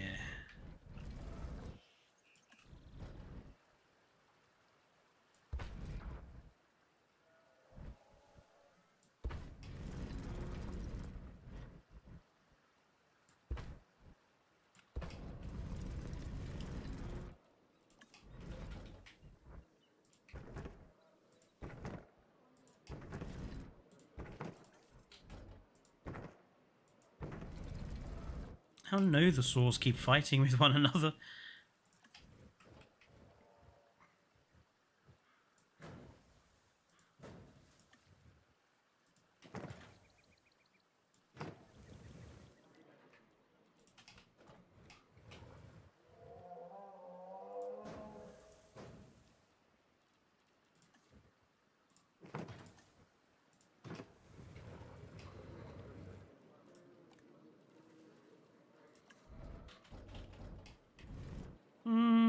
Too burny.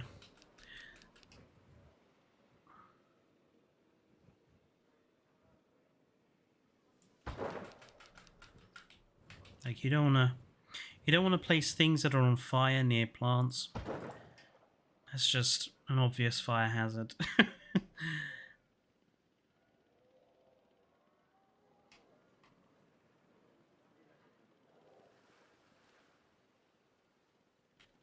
And let's just redesign. Yes, I have heard the Megamind sequel was not well received, which I feel really bad for. Megamind was one of those films that I thought was really good, but nobody watched. A bit like Monsters versus Aliens, because like they came out at the same time as like other films that did the same thing, and I was always like, oh, these films are actually really good, but no one is going to bother to go see them. So yeah, I feel a bit sorry for poor Megamind that he's had not a good experience with the new film.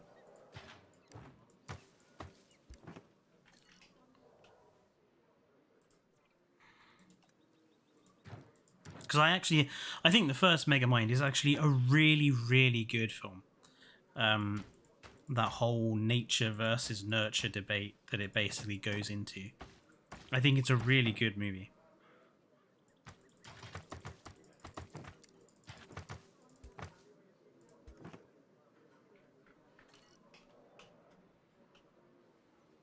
That looks good.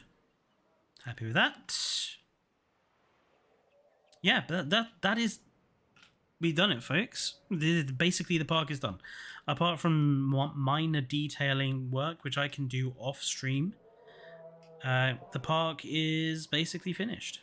The Canada Reserve is complete. I think it turned out quite nicely. They made the idea of making use of the lake for the entrance area. And, yeah. I'm really happy with how the park has turned out. In general. Like I say, there's a bit of detailing work to be done, but it is basically finished.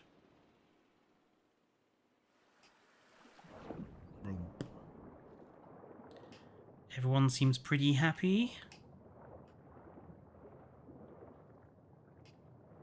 Swimming amongst the kelp. Excellent. I'd be so tempted to put something on that island. I might do. I might still put a few dinosaur statues or something in there. With some floodlights or something. But you'll have to see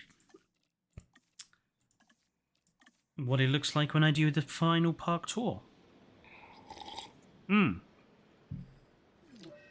Low health. Oh, just before I go, low health. Oh, look at that. What a bloody surprise.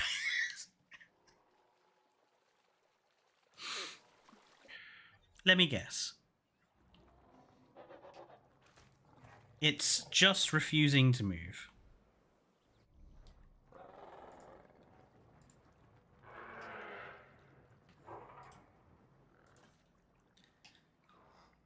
Dinosaur, you can either fly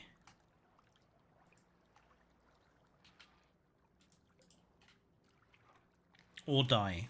I'm not gonna...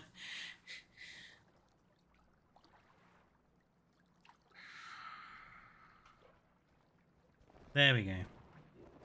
He's woken up now. How many times has Frontier told us that that's been fixed? Honest to God. My roommate just said you sound like the dad from Horrid Henry. I don't know if that's a compliment or an insult.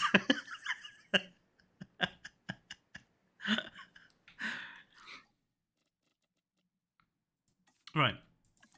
So we'll take a bit of a pause for midstream chat because that gives me an opportunity to have some more gin.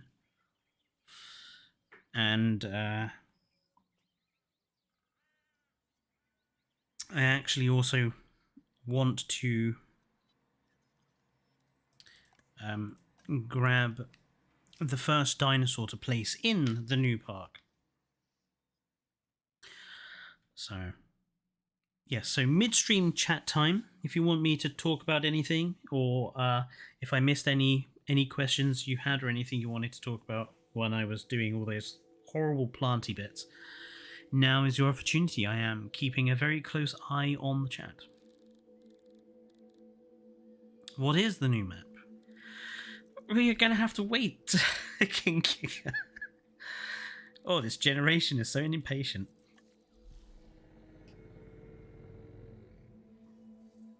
You're gonna have to wait, I'm afraid.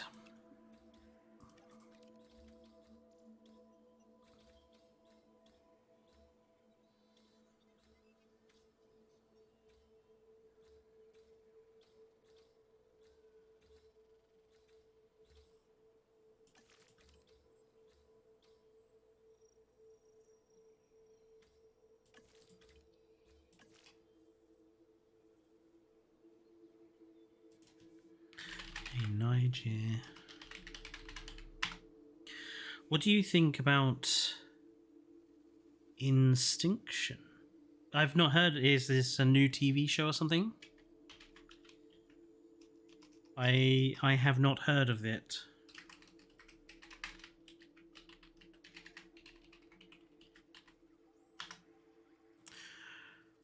What shall we have living alongside them? Let's. Whoops. Let's have. Oh, will I play the Isle of Rima? Yeah. So I did used to play the Isle on the channel, and in fact I'm tempted also to play the Isle in this stream week, possibly on Thursday or Friday. The only reason I have avoided playing it for a while is because I kind of want bigger dinosaurs to play with. Like, my bread and butter on the Isle Legacy was playing as Giga or Rex or Acro. I very rarely played the other species, so at the moment they're not there. I do like playing the Pteranodon in Evrima. And I know that we've got Ceratosaurus now as well, which is good. So, I don't know. Maybe we'll do some on Friday.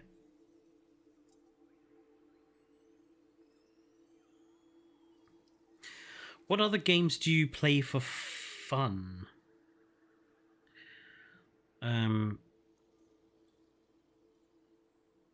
That's a good point. I don't really play games for fun anymore, interestingly. Because the YouTuber takes... Doing stuff for YouTube takes quite a lot out of my time off. So when I'm not making content for videos or doing the streams, I am usually editing, so I'm not playing anything. I do play my train game. I have a few what I would call dad games, like SnowRunner. SnowRunner I'm actually going to be playing on the channel on Wednesday, so you can all watch me roll my trucks over. But yeah, SnowRunner and Transport for You.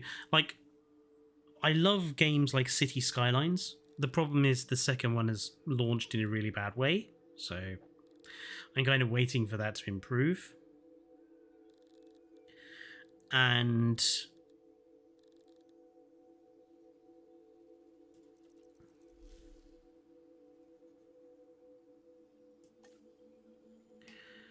I'm going to have some of the new Centro in the new park. So let's figure out some skin. And yes, I'm waiting for City Skylines 2 to improve. Transport Fever 2 is one of my go-tos. Actually, I've been getting back into Star Trek Online, actually, as an MMO, which I might be doing some of tomorrow. We'll see. Because it is just my go-to MMO.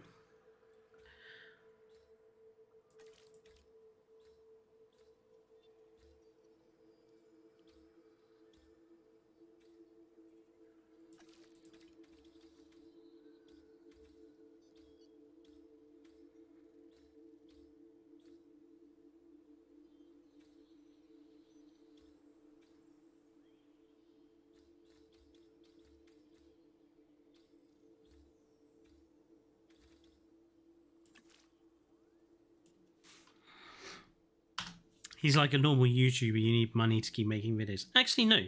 So, you know, we've been monetized now since we hit 1,000 subscribers last February, but we don't actually make any money from our channel. I don't monetize any of the videos that we upload. There's a few reasons for that. Firstly, you don't really make money on YouTube unless you're getting thousands and thousands and thousands of views. So before you have a certain quantity of viewership, there's just no point.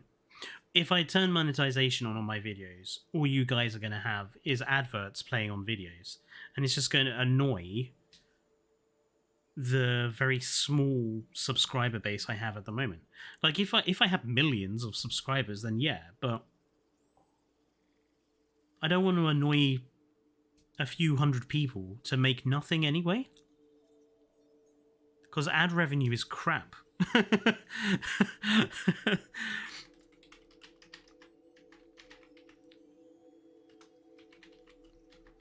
Obviously, like, people can donate super chats in streams. But even then, it's not great because then YouTube takes a percentage of that. At some point, I do want to set up like a Patreon or a Buy Me a Coffee or a Ko-Fi or whatever, so people can donate. But then the interesting thing is, I've never seen YouTube as a way of making money. That wasn't the purpose of making the YouTube. The purpose of making the YouTube was to, it was a hobby. It was something to do. It was a project. I never started YouTube with this idea of I'm going to be the next big dinosaur YouTuber and I'm going to make loads of money. Because YouTube isn't like that anymore. It was once, when people like MatPat and PewDiePie and Markiplier were just starting out. It was a very different YouTube then. YouTube now is not the same.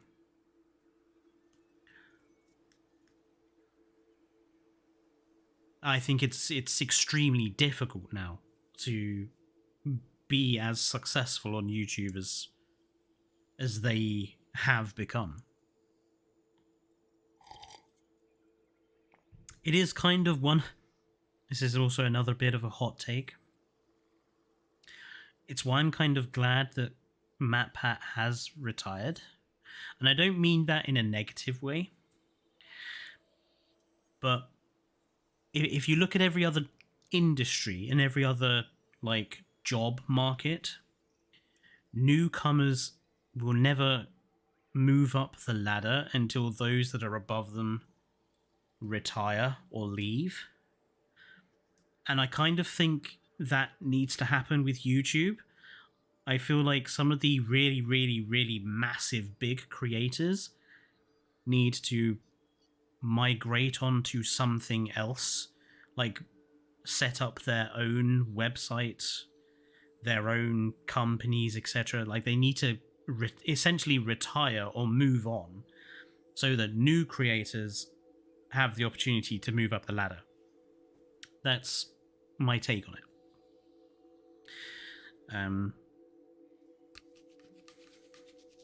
And that's just basing it on what I've seen of other industries.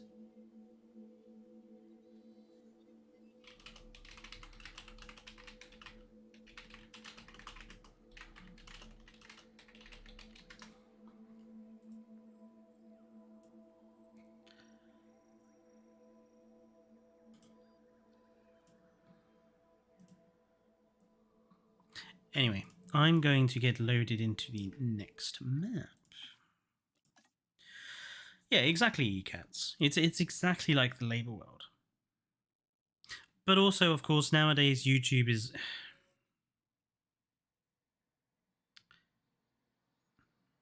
Again, how do I put this without sounding arrogant and stuff? YouTube used to be a place where amateurs could become successful. And nowadays it feels like it's becoming less and less of an amateur's game. Like, you look at people like Mustard and his amazing 3D renders and documentaries that he does.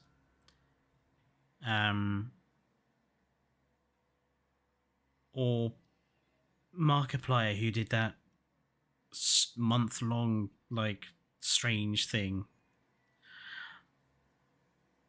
I feel like YouTube is slowly is losing the amateur aspect, and it's slowly becoming the sort of thing where you have to have a studio for and a massive team of people behind you, and I don't know.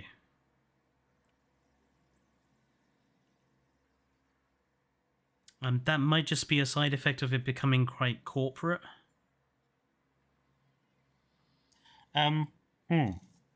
What games will you play for this whole week? So, the plan for this week is a little changeable still. Tomorrow, the plan was to play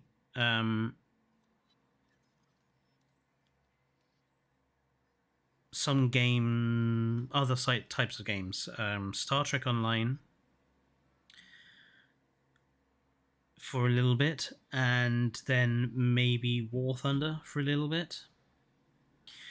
Wednesday is going to be me, and Fallout is going to be here. And we're going to play SnowRunner.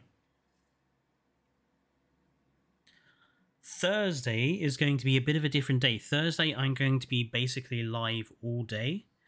And we're going to play some Jurassic World Evolution 2, might play some Isle, might play some other different games that I have installed. But I also, on Thursday, want to do a bit of a watch-along, like go back and watch a few, like watch some of my older videos I did back when Trichlor first started, and, you know, kind of be a bit, you know, look at some of the things I said or some of my style at the time and see how things have improved or not improved, you know, just embarrass myself a little bit. And then Friday is just going to be maybe some more Isle or some more Jurassic World Evolution 2. But it's quite changeable. It's basically whatever I feel like at the time. But there'll always be a community post to explain what we're going to be doing. And it's your birthday on Thursday. Oh, well, happy birthday for Thursday, Kingo. Right, so for the next just under 2 hours, we are going to be getting started on this new park. Now, back when Evo first got to 40,000 subscribers, she did her first Battle of the Builders competition, which I was one of the original winners for. And the park I made was called Pharaoh's Valley. It's still available as a video on Trichlor as on the channel. But it was an Egyptian style park. But that was on Jurassic World Evolution 1. So I thought, why not challenge myself to rebuild it on Jurassic World Evolution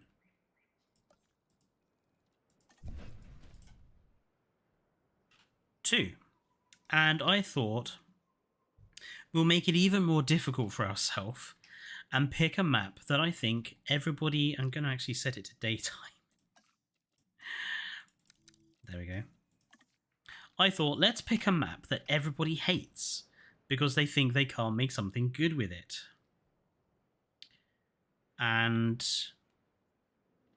I decided we'll rebuild Pharaoh's Valley on Southwest USA, basically the Grand Canyon. So I've already made our entrance area as a scarab god. The Innovation Center works very well for doing this sort of design work for. And obviously we've gone for the gold and blue. Gold and blue is going to be like the main color scheme for this because I'm going based off Tutankhamun's headpiece, which is gold and sapphire. So we're going to be using a lot of gold and blue in this park. There's going to be some distinctive zones. So the first Pharaoh's Valley, we had a zone for... We had Sobek's Palace, we had Horus's Palace, and we had an area for Anubis. Sobek, being the alligator god, was where we had Dinosuchus, and there's a Dinosuchus mod now, so we can bring that back. Horus was where we had some of the modded feathered animals. So obviously we have feathered species in this game, so we can put them in. And Anubis we had nothing particularly special for, but something that every zone had was path art, like this scarab. So part of the difficulty of this build is going to be figuring out where we put the path art.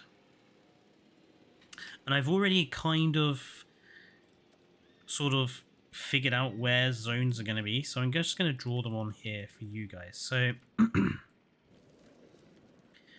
from sort of this little jut of rock here to here, so this area on this side of the park is going to be for Sobek. So I'm just going to write this in. So Sobek. So because he's got to have lagoons and stuff, so he's going to have this side. This area sort of from here, and then sort of encompassing here, and sort of here. So the area in the shade, basically, this is all going to be for Horus.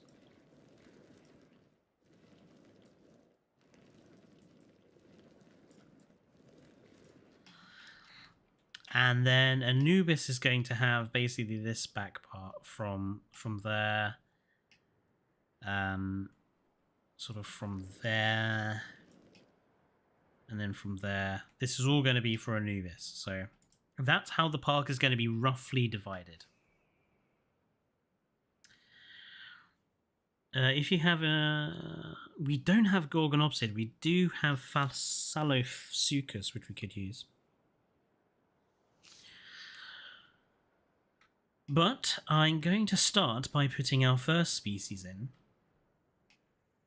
I wanted to show you some of the detail here. So we've got flaming pillars and the power cables to sort of give this a sort of palatial feel. Obviously the monorail artwork. We've put some extra trees and such in here, just to make it look a bit more vegetated. I really love... So the Jurassic Park Operation Genesis fountains, I think, have a really good Egyptian sort of style to them. So we're going to use these all around the park as well. And yes, so this enclosure has... I've already built this enclosure for us. And it's just going to be viewable with these two galleries. They're just going to be the ones viewing it. Although, so I want to show you guys something quite funny. Okay?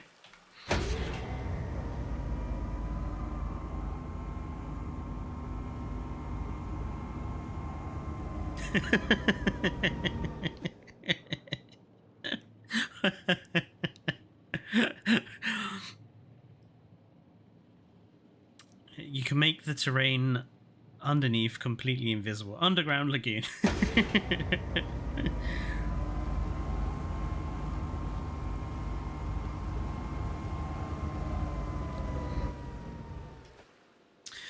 But yeah, so this enclosure, this is basically for shade. It's like my idea of giving the animals some shade,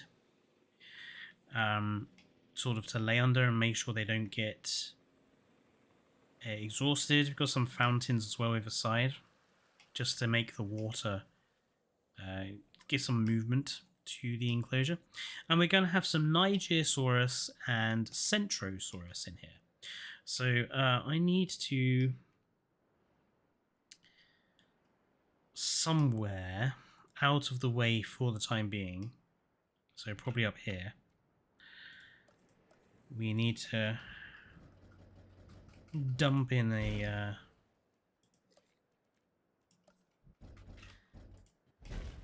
the bits that we need for producing dinosaurs.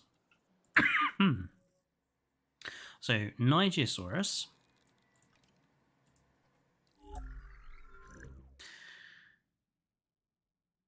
A good thing about this map is trees don't get rid of open space. Exactly. For this map, we're probably going to use quite a lot of the Mediterranean style trees. Obviously, Egypt, a lot of Mediterranean sort of style vegetation. So we're going to use a lot of that.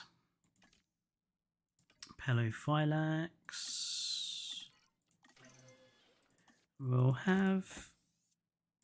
We will have 3. And then we're going to have Centrosaurus. I think maybe in a second what we'll do is we'll go through and we'll figure out the main sort of species for each area.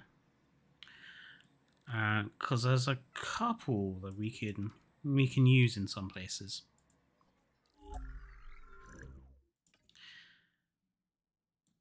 When will you continue the PK park? Oh, yeah, Prehistoric Kingdom. Probably Thursday. I'll make that something we do on Thursday. Pelophylax.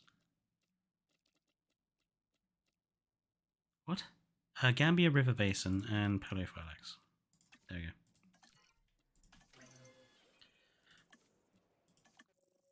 Yeah, see, I just saw Megalania and I was like, well, actually, Megalania might be useful somewhere else. So what we'll do is in a second, we'll go through those dinosaurs or animal species and think about what ones we actually want in our Egypt park.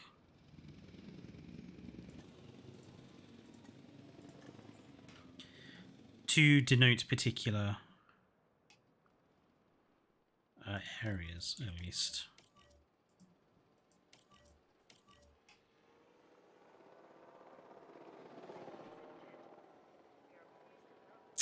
All these little lights, I had to go around and sink down into the ground a little bit. It took a good 10 minutes to sink them all down into the ground. But the overall effect, I think, is absolutely brilliant.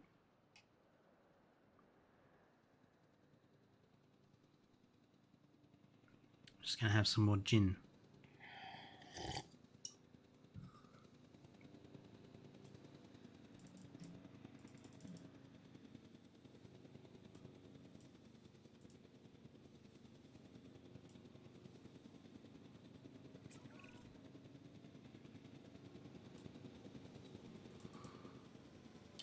Am I the only one that absolutely hates how annoying that notifications can be on Discord sometimes?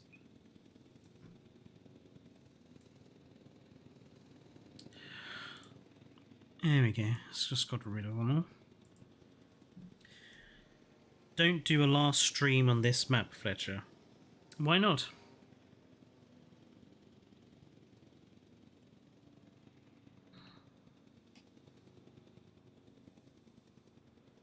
See, once you've heard all the voice lines from people like Doctor Wu and that, you just kind of want to make sure you don't have to listen to them always. Right. Do you guys have ground fiber? You do. What do you guys want? You guys want ground leaf, which you also have. Excellent.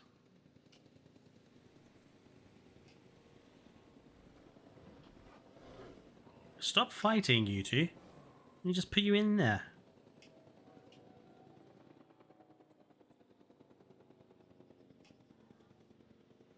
This is quite a big enclosure, actually. I didn't realise how large it was. I probably could get away with having another dinosaur species in here. Maybe. We'll see.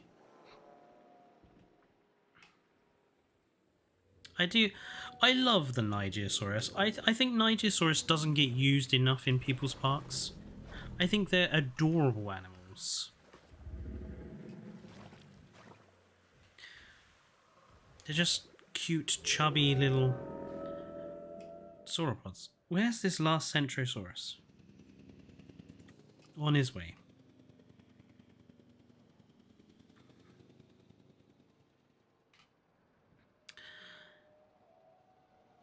Where will the next enclosure go? Because obviously we're gonna have this is the entrance to the next zone, and that's the entrance to the next zone. So I'm not sure where we would put the Megalania or the next sort of exhibit. We'll figure that out. Excellent, lovely. So all the animals are in, including the wonderful new Centrosaurus mod, which I think looks brilliant. See, this is what ceratopsians should look like. Colour on the frills. And they even... Are you going to lay in the right place? Please lay down in the right place. Ah, you know, you're coming to have a nibble on something. I'm like, come on, lay down in the right place. Prove that shelter works. Oh well. Yeah, I could probably get away with a few more dinosaurs in there, but that will do for now. We've got plenty of... Look at all the people watching. Local dinosaur appeal, nearly 1,200. That's pretty good. Hello, no guy. So, yeah, let's figure out animal species we're actually going to use in this new park.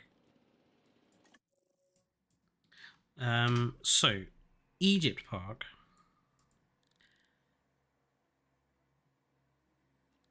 Let's start with what feathered species. Oh, we're on park number 2, Dad guy. We need we need species for Sobek's area and Horus's area and Anubis's area. So, let's start with what feathered animals we're going to have. I don't suppose there is a filter for feathered. No. So, I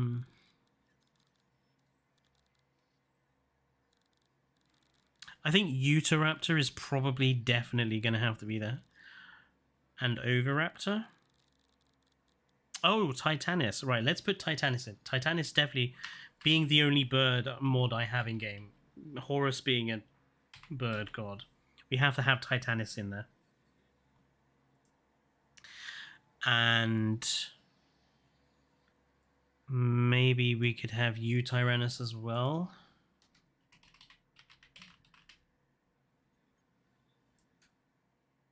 So Eutyrannus and Titanus. I think Therizinosaurus has a bit of Anubis, like, given the massive claw hands. I kind of feel that's kind of an underworldy feel to him. So I'm going to put Therizino in Anubis's area.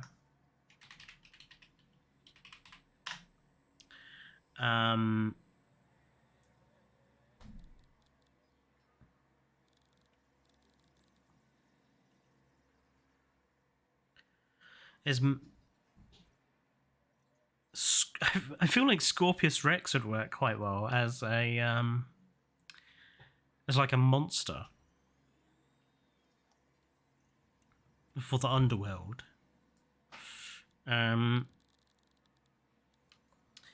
So Sobek's area is got to be Deinosuchus.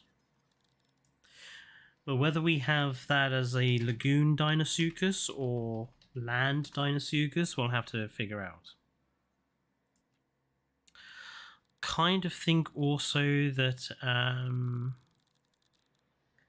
we got Megalania as well. Megalania might suit Sobek's area too. Actually, no. I want Megalania as a separate exhibit. Something else that we could use for the crocodile god. Maybe a lagoon species of some sort. I'm just going to put lagoon next to that.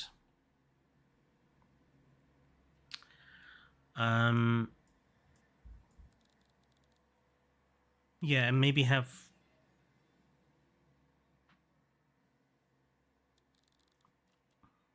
I feel like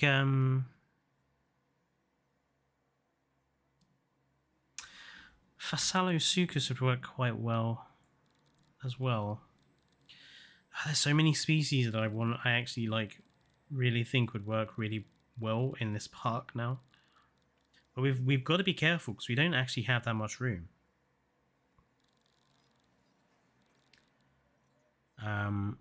Yeah. Okay. I've got those initial ideas. Maybe Spino. Yeah, Spino. Maybe. Okay. So we need to think about how we're going to move on from the Scarab. We've got Horus's Palace is going to be over here. And Sobex is going to be over here. So we've kind of got this area in the middle that we need to design first. And I'd quite like to put Megalania in here somewhere.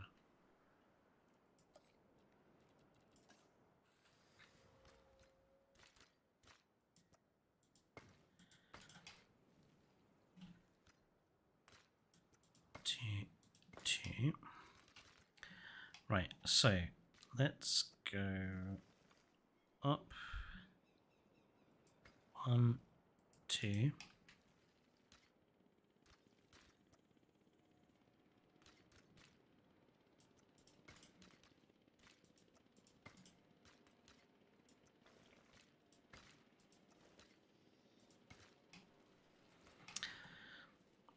Do we think... Ooh, that's close. That's close, but it would fit. Okay, hang on. Yes, it would fit. Okay, lovely. We'll do one of my classic hexagons here. Octagons, even.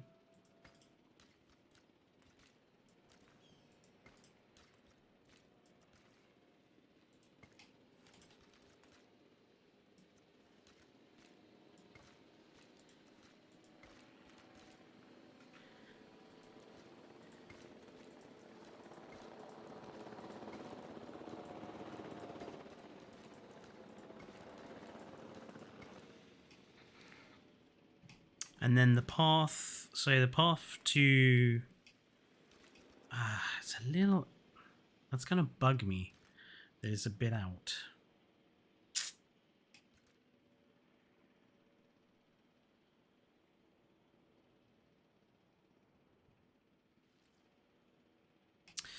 Let's do a circle then instead.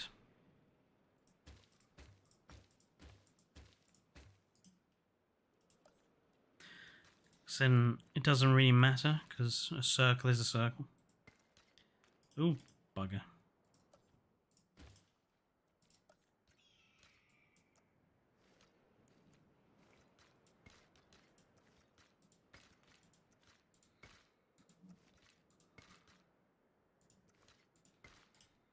There we go.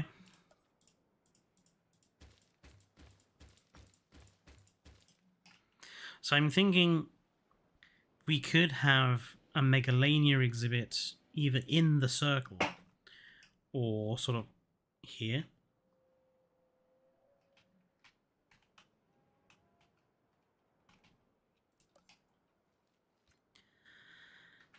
And we're basically just going to go up 1 and 2.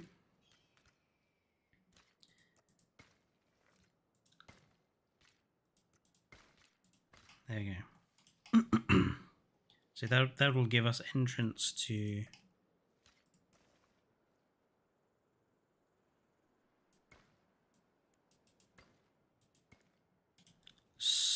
Horus's area. Bugger.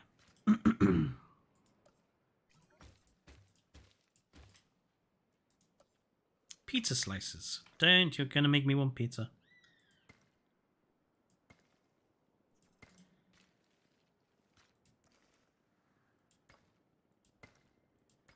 There you go. So that'll give us an entrance to Horus's palace, and we'll do some decoration work there. Do what you did in your other Jurassic Park map when you put a bridge to go over the Megalanias.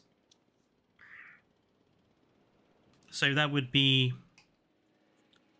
in the circle then in that case, which we can definitely do.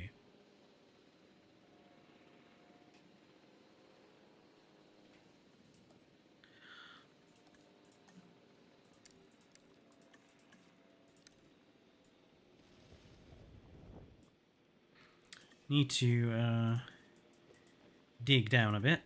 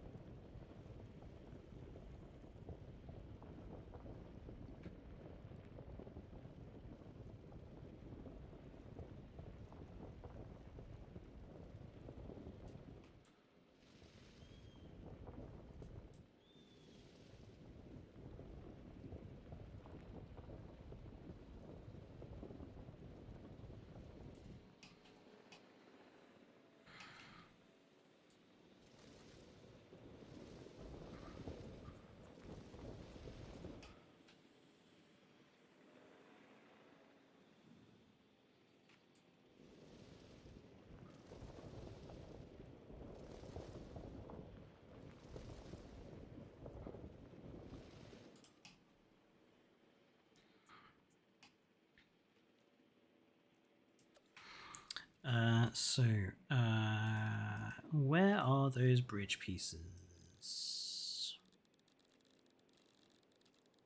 Yeah.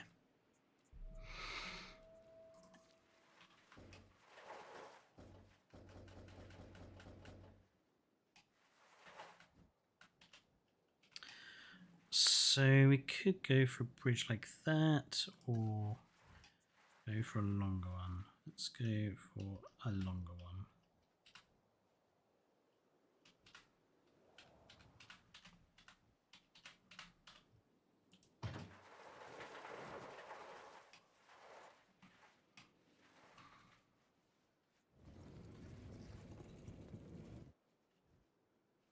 I see. The only problem with these bridge lengths is that they're not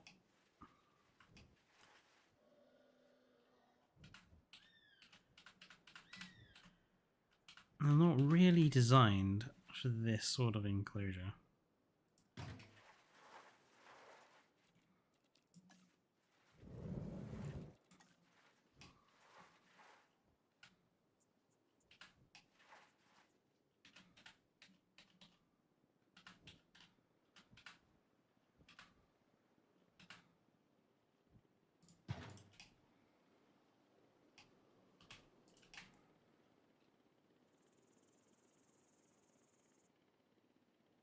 I can't see what I'm doing.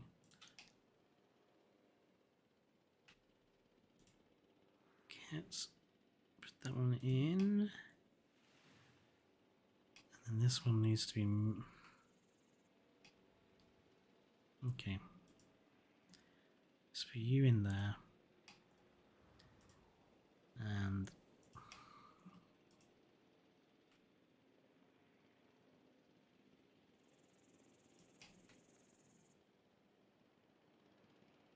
that's fine, I think. The bridge disappears when it goes out of view. It is just one of those things by using mods. We need to rocks. Rocks is what I need.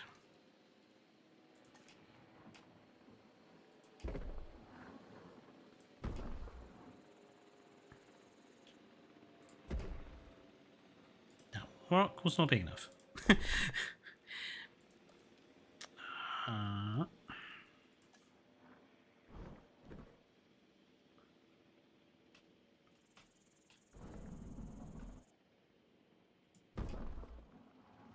That rock was still not big enough.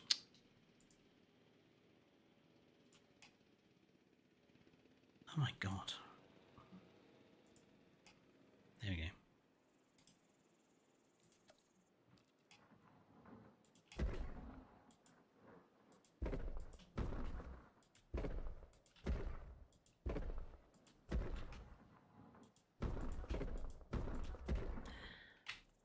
You need to place down a lot of rocks.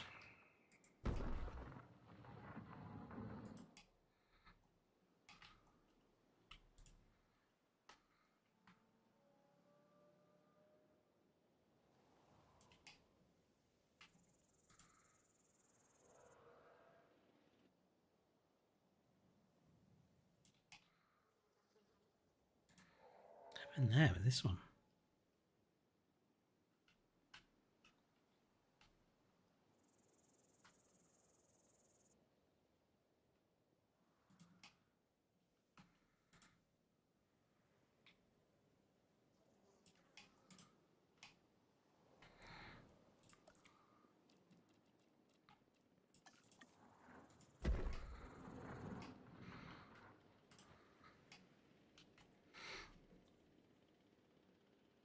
Everyone loves rocks. I know Evo is a big fan of a good rock.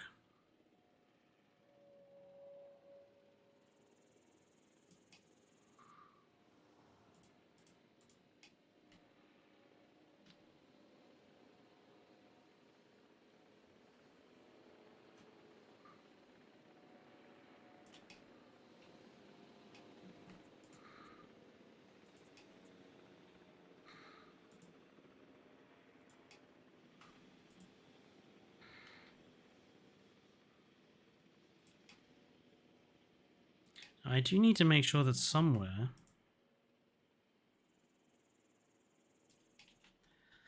I've got a place for water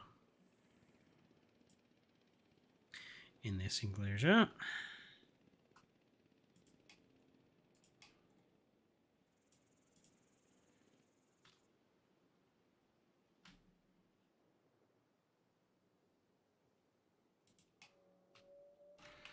There you go. Okay, water.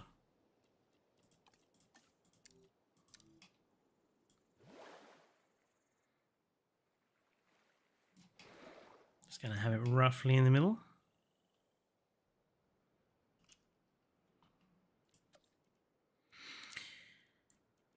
Surrounding perimeter. I don't want to put a big fence, because I don't think it's necessary. I am going to put, however, some concrete ones instead.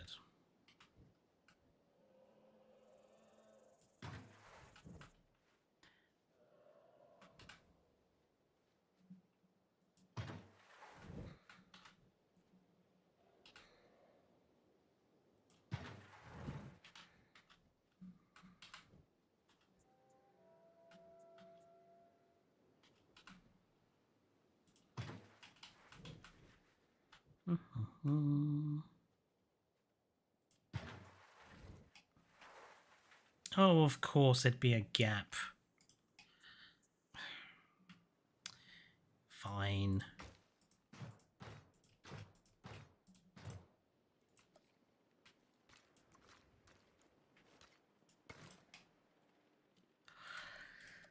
We'll put a proper fence in.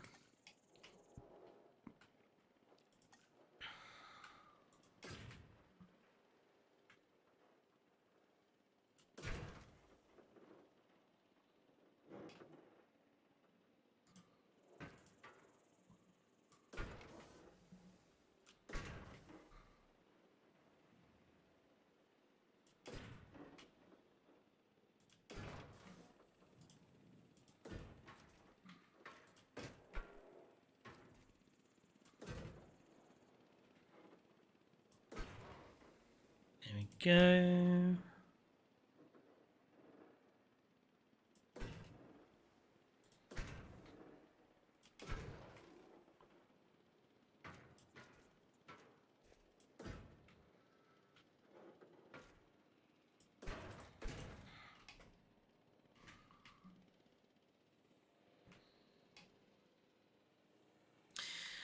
I still might change that. But for now, I'm okay with it.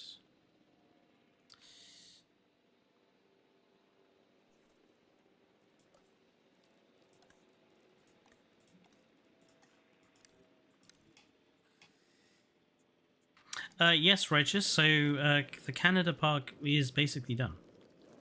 So we are getting started with Pharaoh's Valley.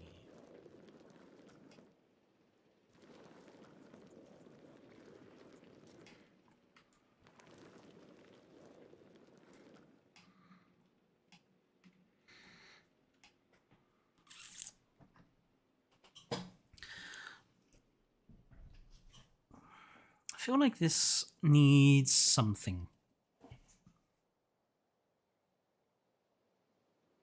Other than obviously plants and the animals, I mean.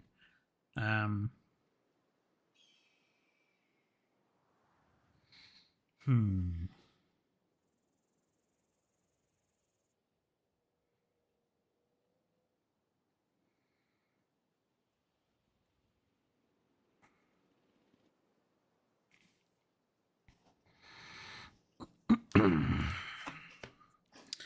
Let's put in...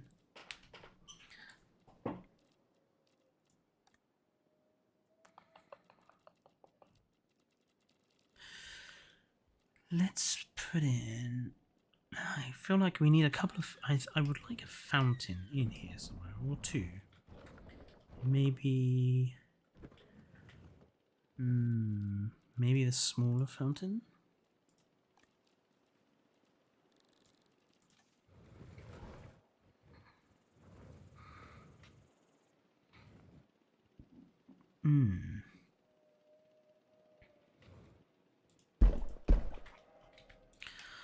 Maybe... Then let's tilt it.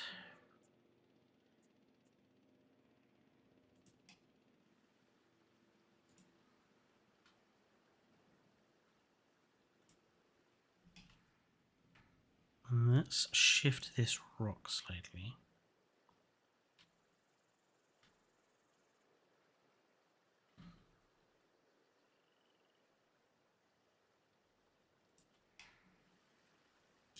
Yeah, something like that.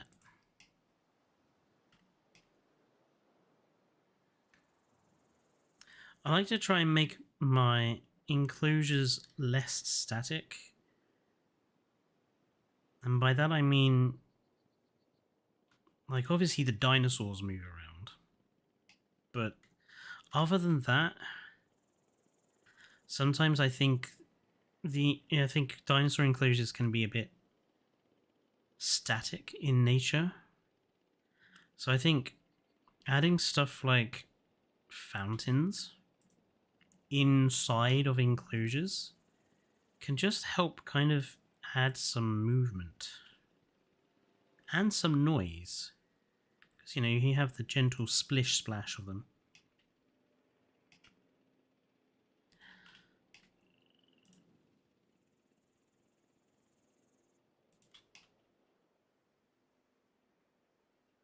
And they were actually lower. Okay.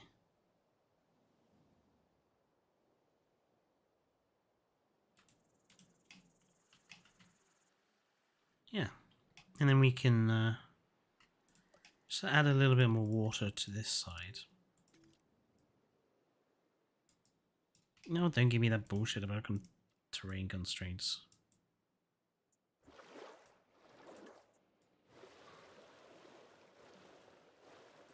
There you go. Yeah, something like that.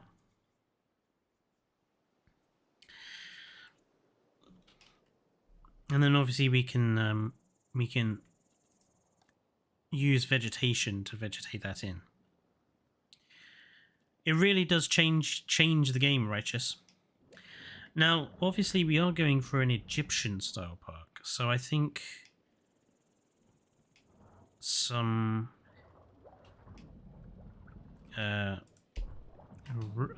ruins are going to be needed. Now, obviously, these aren't Egyptian style, obviously.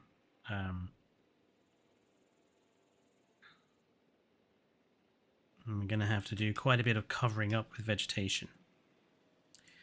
But it is the best that we have for now.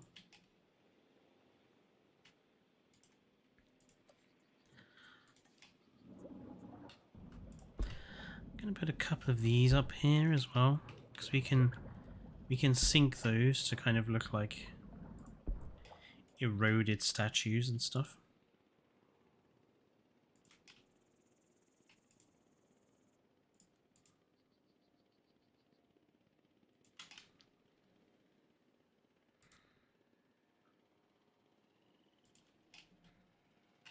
Also, did I see another... Oh no, it was that one.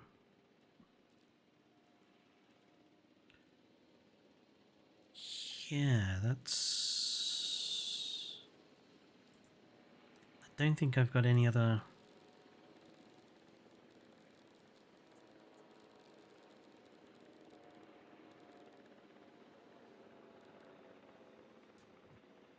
Yeah. I'm happy with that. Let's get vegetating these in. I still don't understand the point of terrain constraints in the first place. What point is they supposed to serve? It's not that they serve a point. It's the hitboxes. It's the hitboxes of objects in the game.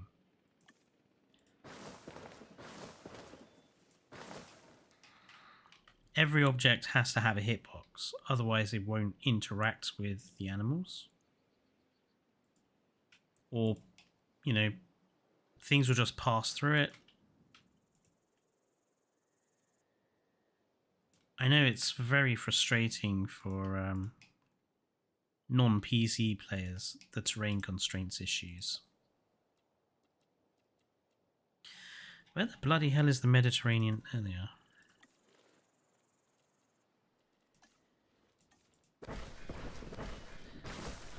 I've used a completely wrong type of tree here.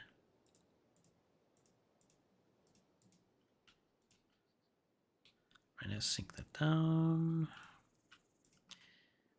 Let's sink you down. You. And cover up that. Let's grab you. You. And you.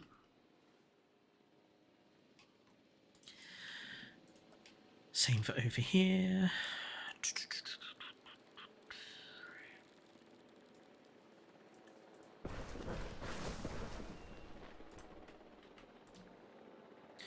Although slightly less required.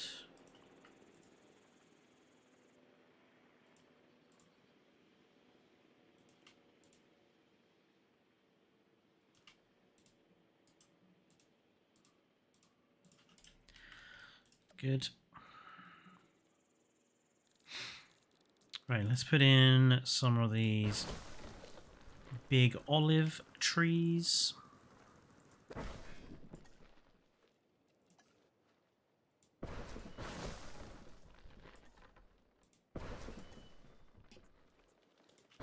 That tree is a little tall.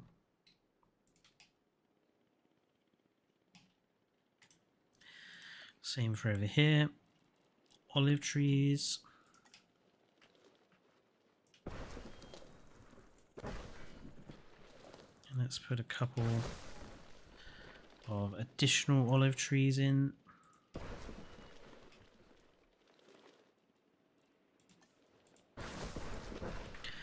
Let's sink some of these down into the ground.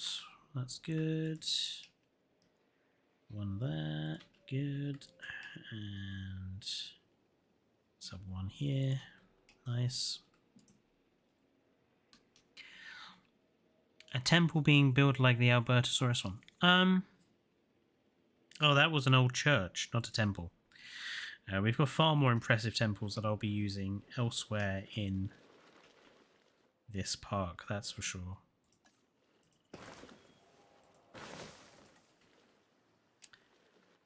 Oh, I didn't realize these have fish.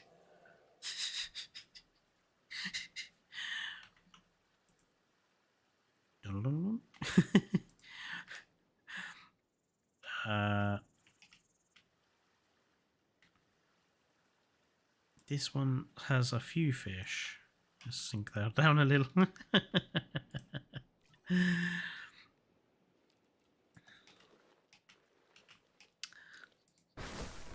Yeah, I think floating fish would kill the immersion a little bit.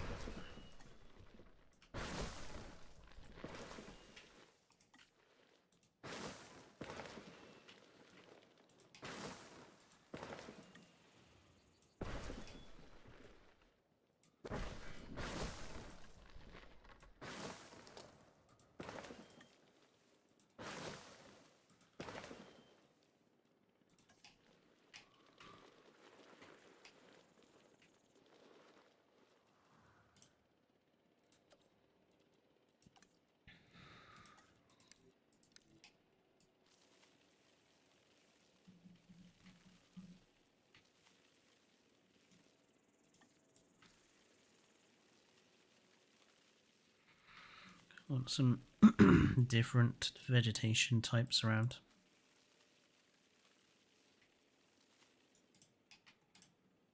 Oh, hello, Dane. I think we need some proper trees.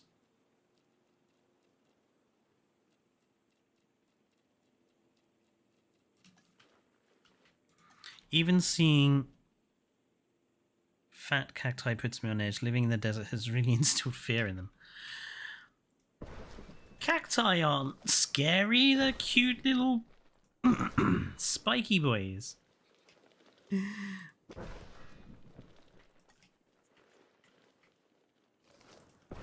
They're adorable. That being said, I did kill the house cactus that we had.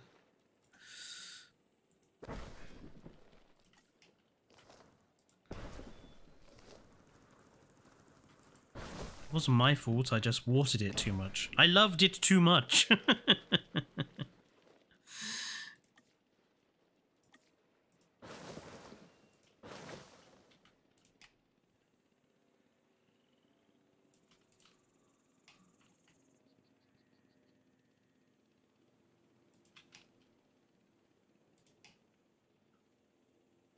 feel like there are way too many cacti down here.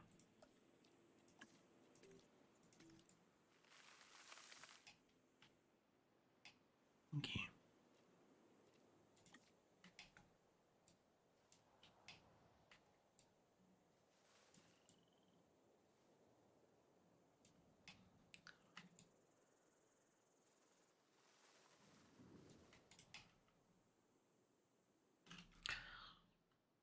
I am happy-ish with how this has turned out.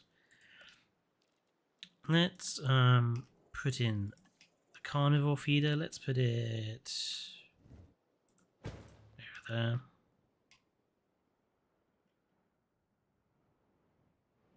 Right, let's go get some skins. Definitely overwriting Pharaoh's Valley, yes. Let's not overwrite the wrong save again.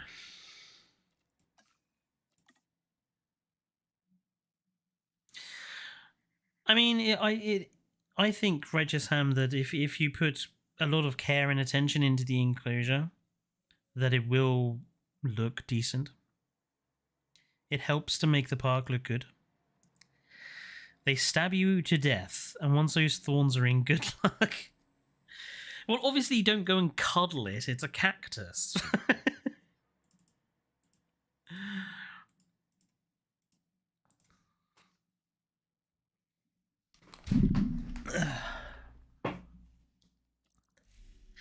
Right, Megalania. Has some great patterns, does Megalania. Let's go with... Let's have a look.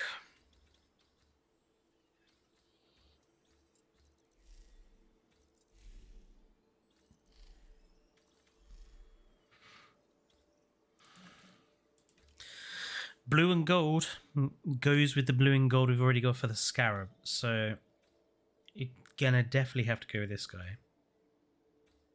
Let's give him the white tail. So Megalania, mangrove forest, and forest and lithobates. And I feel like I want a second coloration.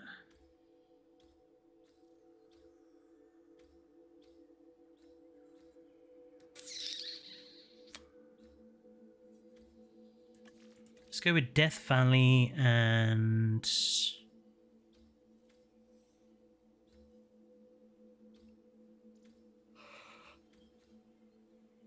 I do like the blue.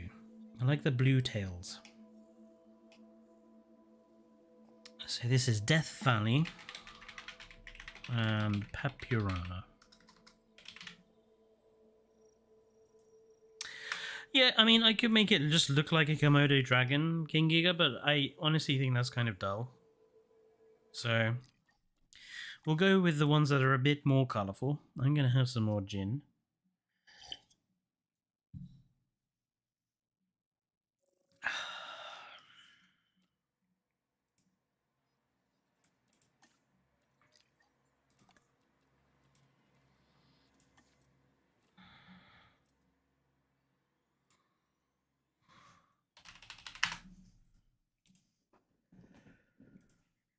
Ooh. Ooh. Right. Let's get our Megalania in here.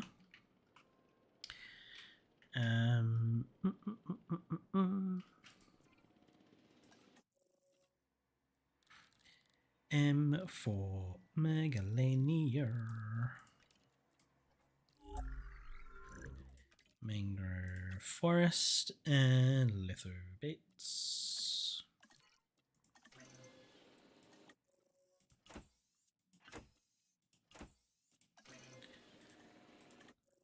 And Death Valley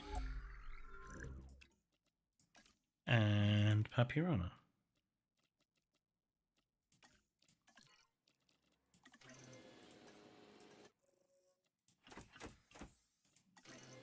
Just realized I need to make sure that these guys don't climb up the walls.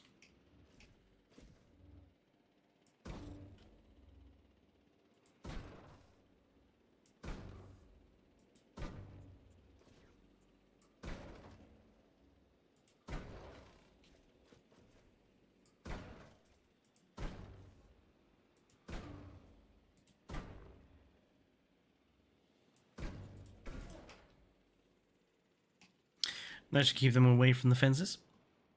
Right, let's go grab them.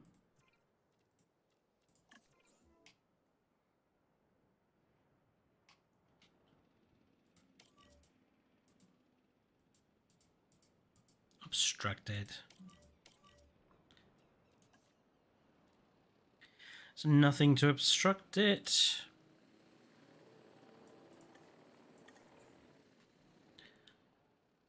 What type of utilitarian decoration, cranes, docks, warehouses, etc. would you like them to add to the game? Ooh, I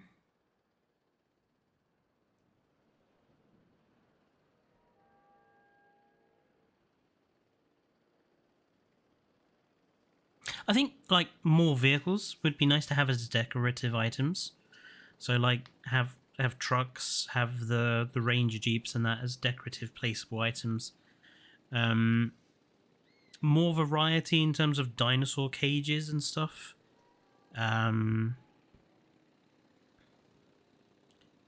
Maybe like trailers, like the the big sort of double trailer thing from the Lost World. That would be quite cool to have as like a placeable object, I think.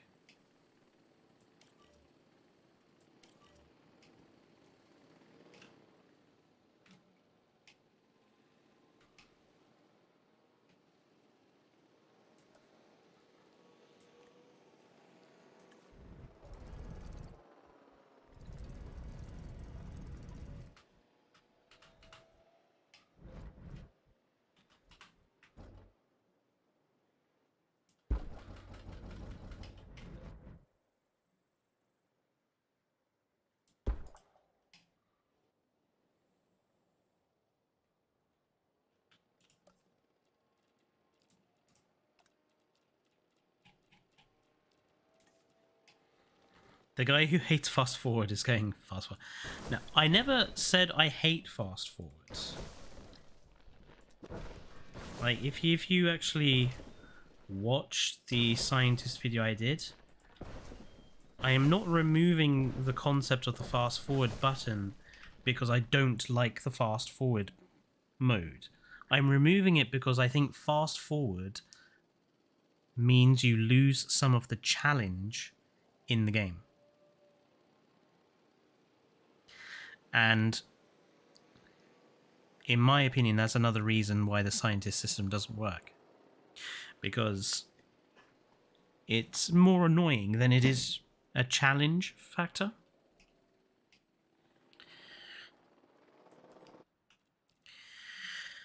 What should we have down the middle of our paths?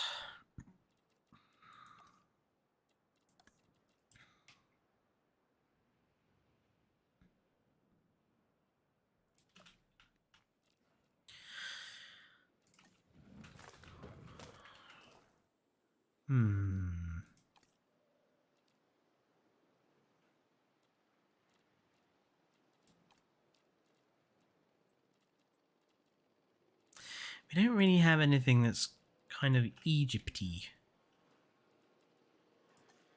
Apart from, vegetation.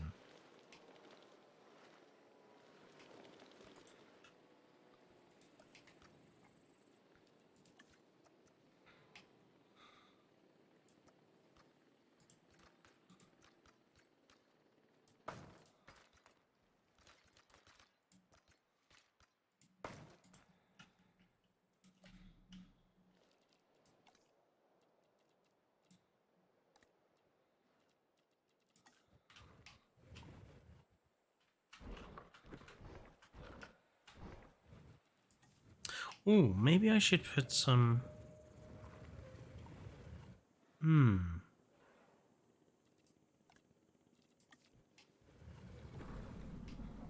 See, these work very well as placeable components.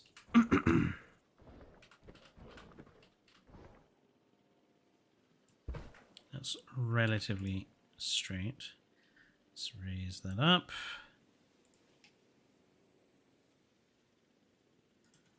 Yes, that's fine. Let's put some flaming obelisks in.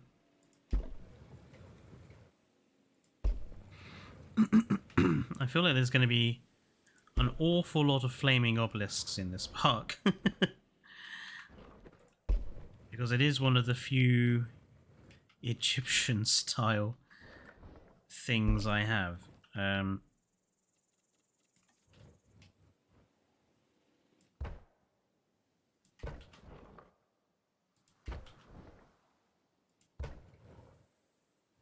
Just playing around with that a moment. Trying to figure out what I want to have down the middle.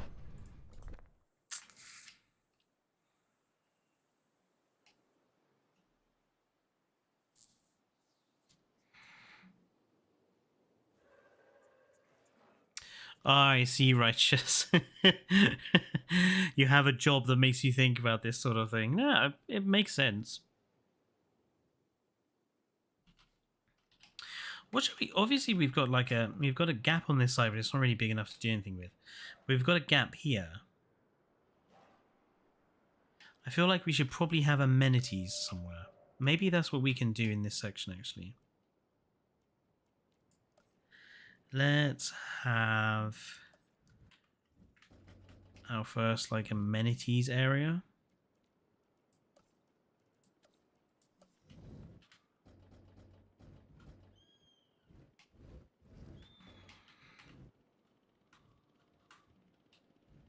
It's a very big area, though. Be wasting a lot of space. Ah, we'll waste space. We will waste the space. As Evo says, always waste space.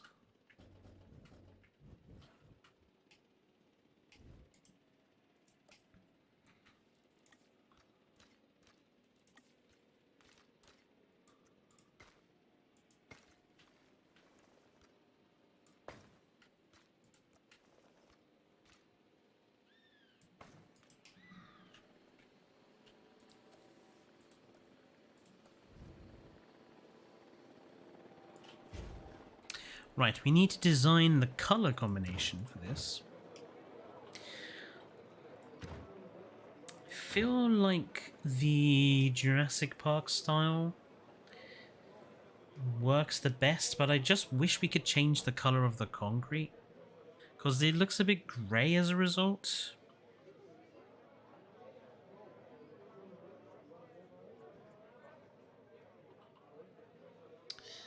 Maybe a golf course. It took me a very long time to do the mini golf course in the Isla Sodor Park, which I still need to finish, actually. Um,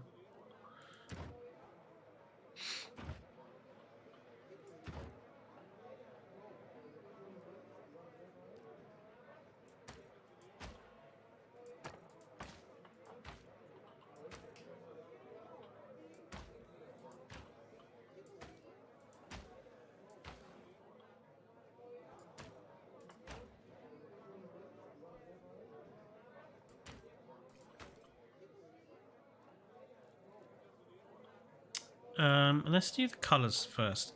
So main needs to be... I feel like the main needs to be that gold. Secondary needs to be the sort of blue that we were going for. Sushi sounds good right now. Is that Mediterranean? I don't think so. Roof will go with white. Decorations will go with the blue. And lights will go with orange.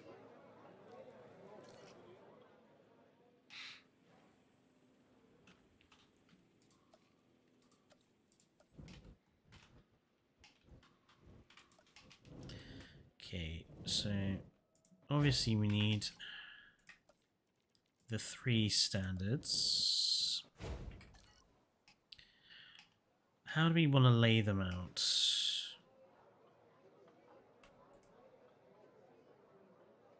Oops. Oops.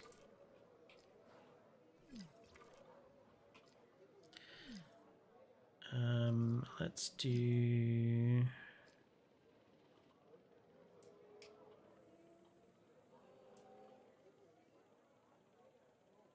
Oh, that's Jurassic Park. I wish when you saved the colors to default that it would... It did save the colors to default, right? Save as defaults. Whoops. Yeah, I wish when you set the colors as saved as default that it would save the building style that you went for as default as well. Because it can be very annoying having to set it all up again.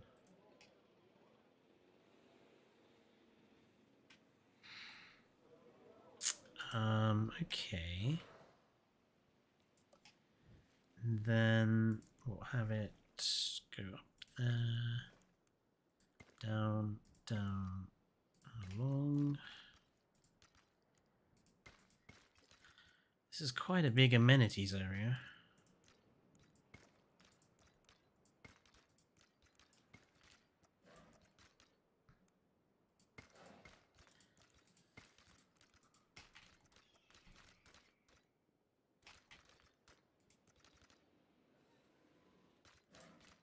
Why would you do that?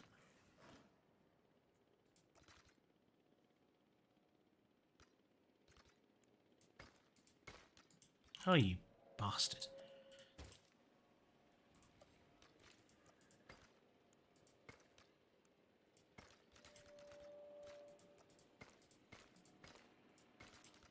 I want there to be some space for us just to have like a...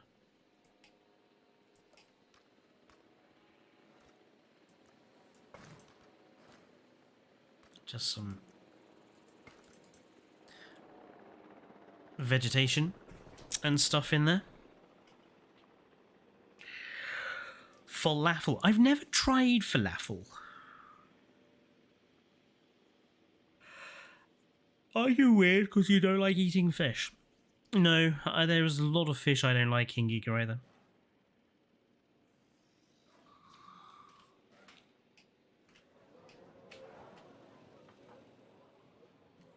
Right.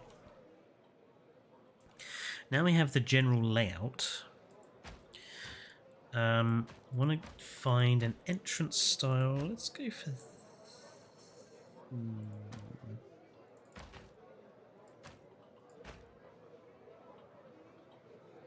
Let's go for that one. Let's have it in the middle. Let's do that sort of seating arrangement. Let's do...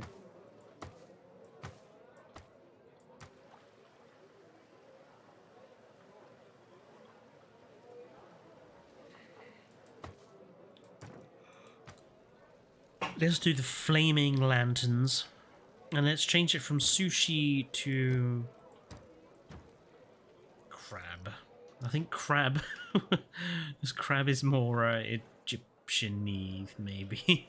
I don't know.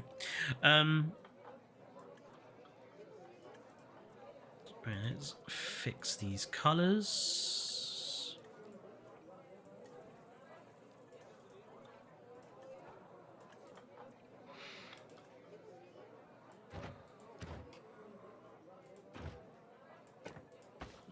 Wood with stairs. Actually, let's just make it concrete. Let's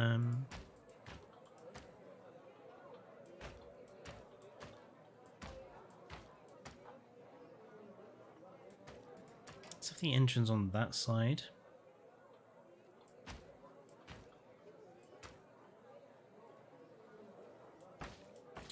And let's do the thatch. Thatch works. And let's make it bubble tea.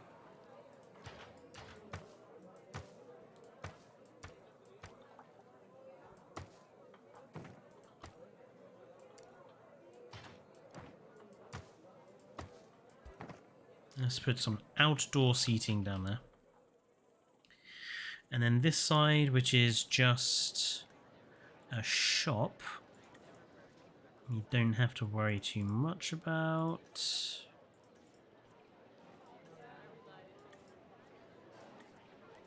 There we go. Tuna, I can't stand tuna. Tuna and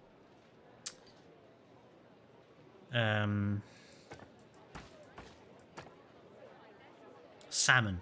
Tuna and salmon I absolutely hate.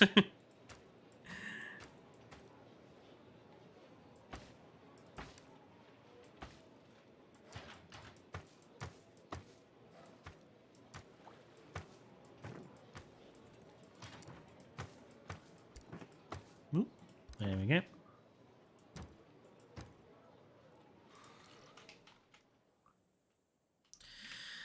There's our first amenities area kind of set up.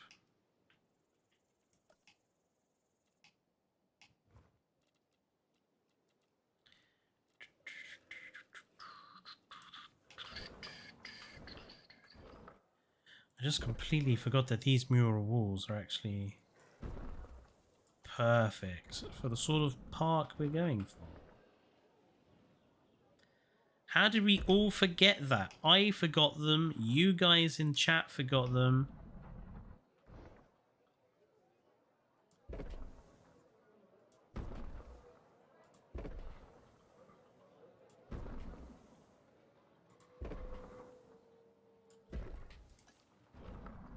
These are the perfect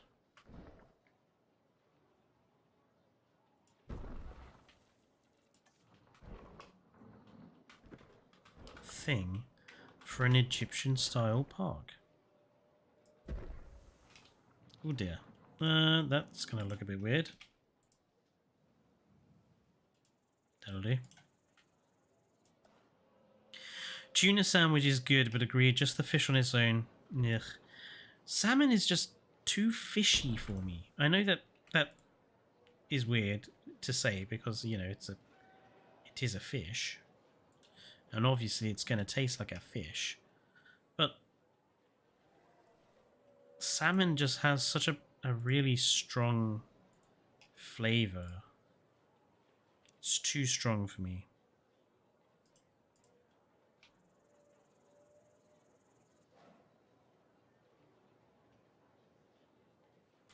I'm gonna have to redo these.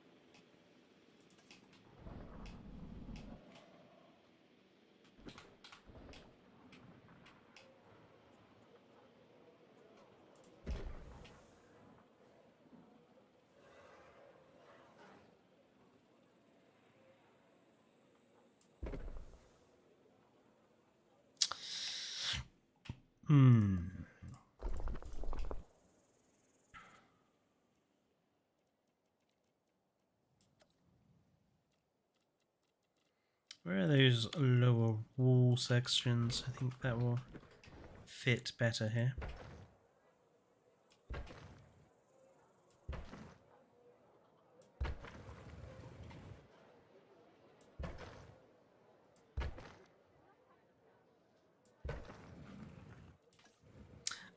Fountains.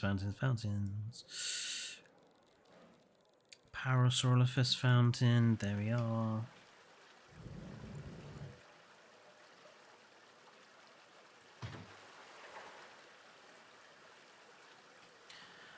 Oh, you bastard.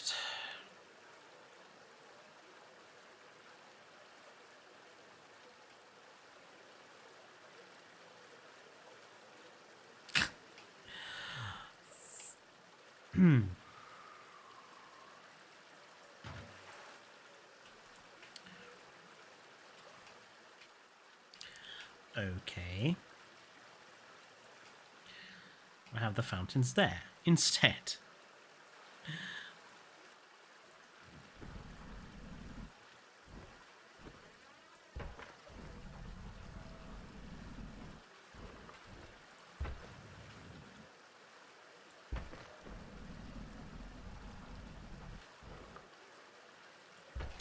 I don't think I could, because I'd lose so much of it by sinking it down to hide them. It's okay. That's fine. I don't mind doing it this way. What I do mind is that it's not straight. Whoops.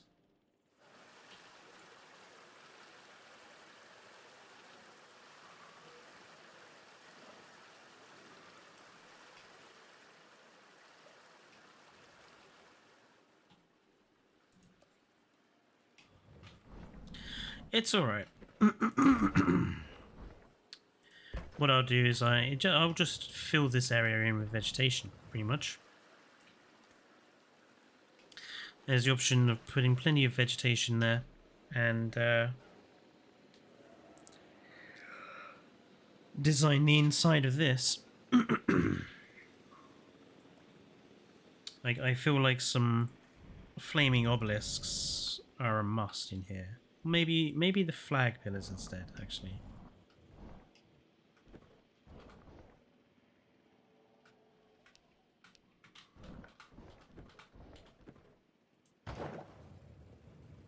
Yeah, because they obviously won't fit in there.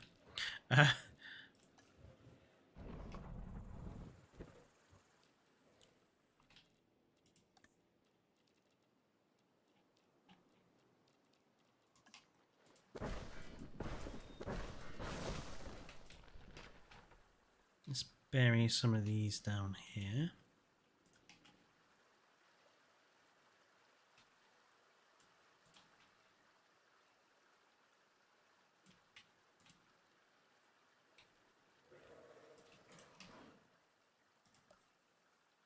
think we need some rocks in here, don't we? Yeah, the little lights are taller than they look.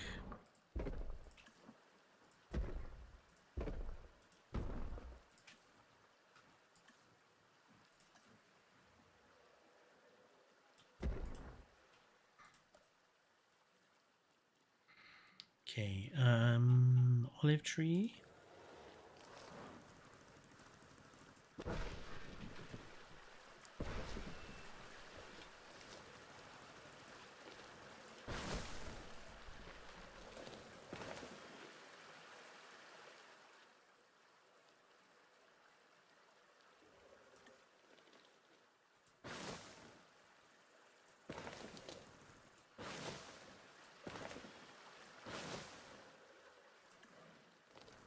Cactus.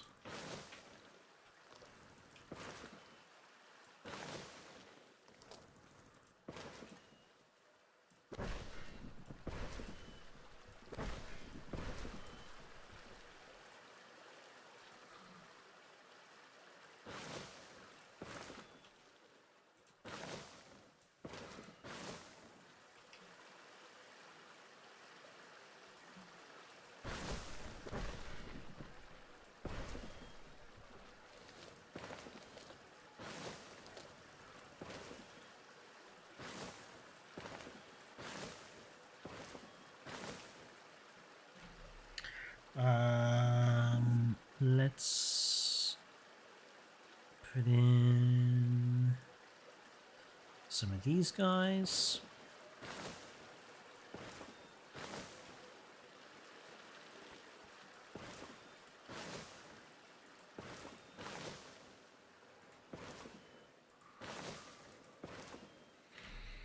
And then again, just to break up that color, let's put in a couple of other colored trees.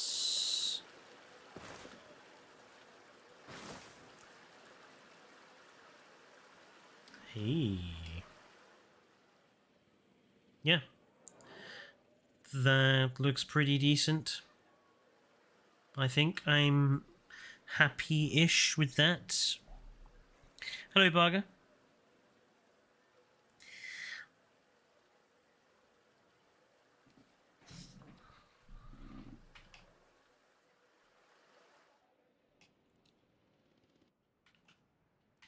I guess that means we can just fill in the rest of this area. Oh,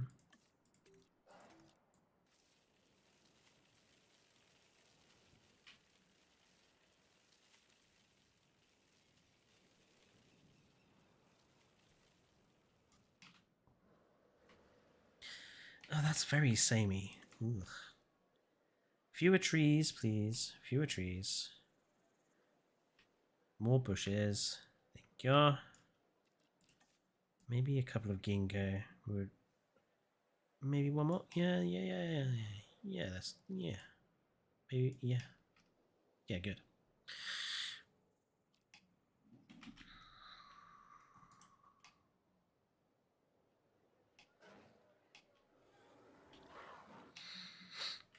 I'll design sort of the seating and everything around this area off stream, so it doesn't take up loads of time.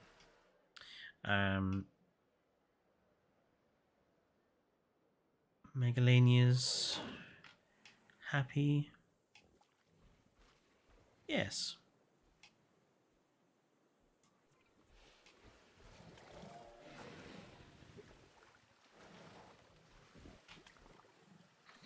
Giant Komodo dragons happy.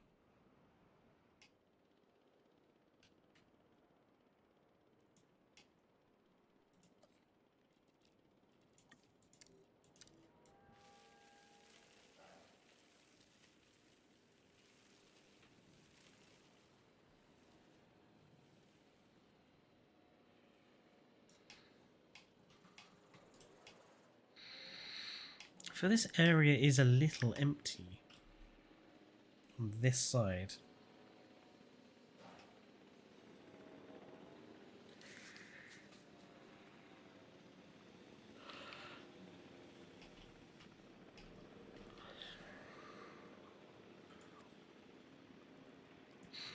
maybe we could continue the mural wall and do like a garden area, like cult. It's just, I was gonna save like creating proper Egyptian gardens for the palaces once we get to them. I'm thinking maybe we could just do like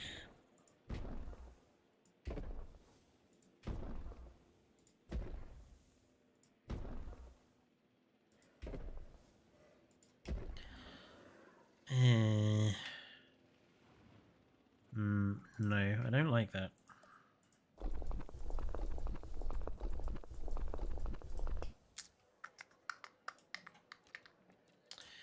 Maybe not with those tall mural sections. Maybe if we used something like this.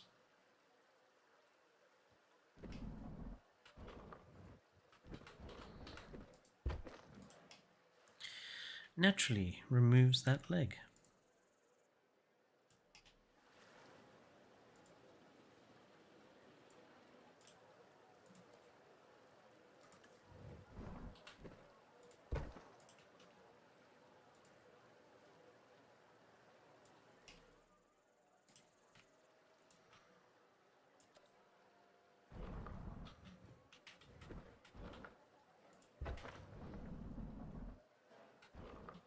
Then if we did kind of like a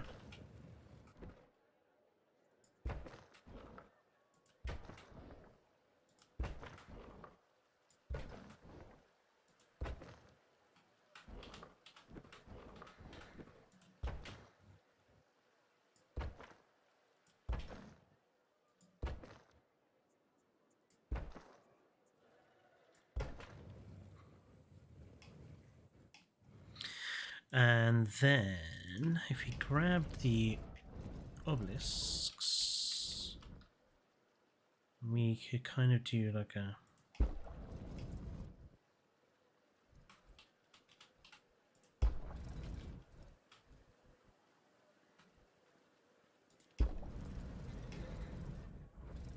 something like that, just to blend it into the style of the rest of this area.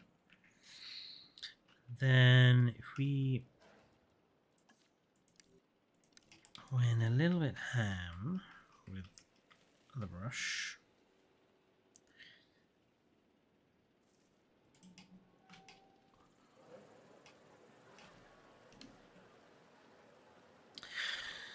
will it let me put water in here, do we think? Of course not. Of course not. Right. And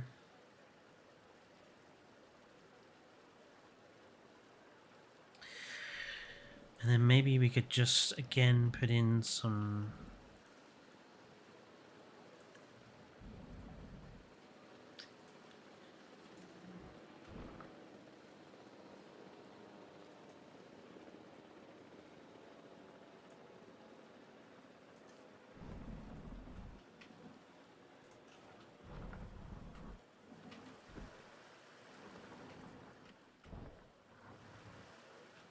it's actually quite difficult to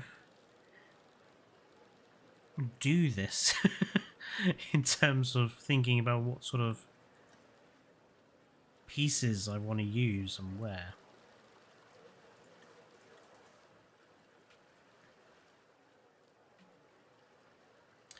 I feel like for this we will have to do like a proper garden.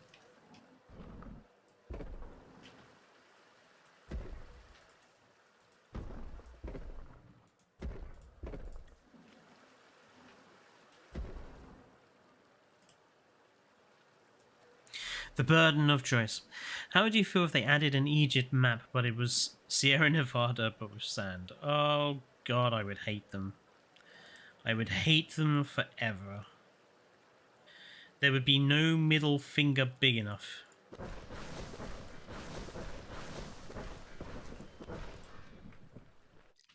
Oops.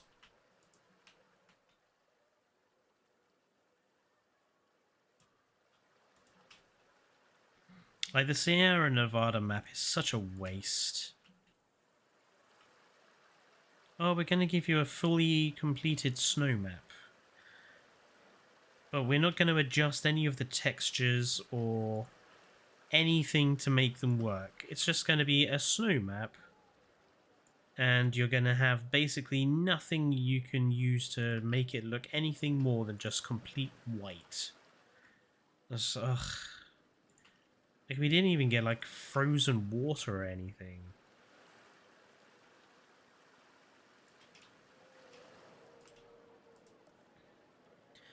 It's just laziness.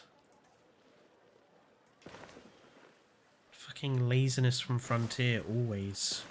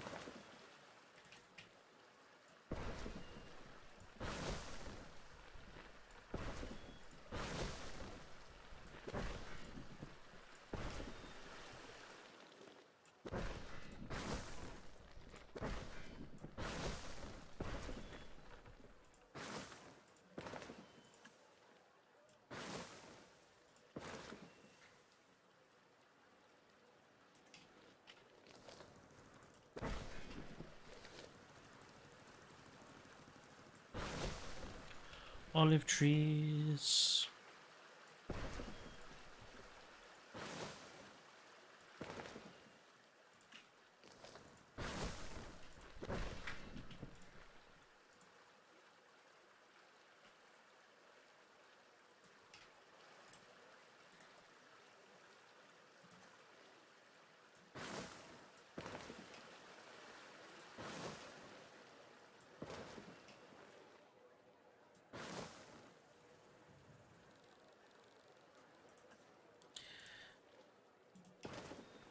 A couple of different colors, obviously.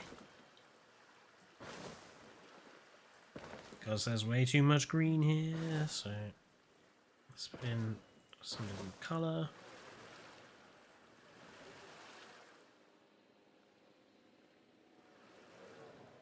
Okay, this is looking better. Dinosaurs. Let's have some statues. We need some statues in here. Egypt was all about statues. Like,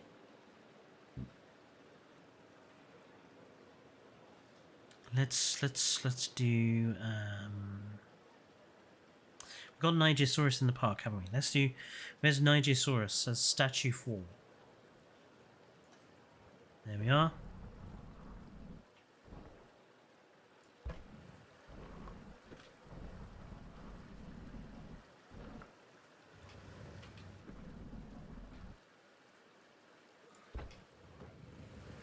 Couple of Nigers, and we don't have them in the. We don't have Centrosaurus as a statue.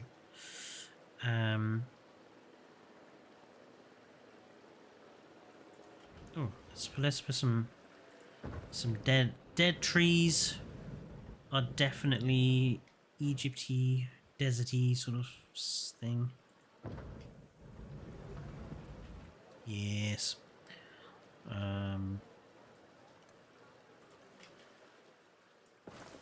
Just bed them in a little bit.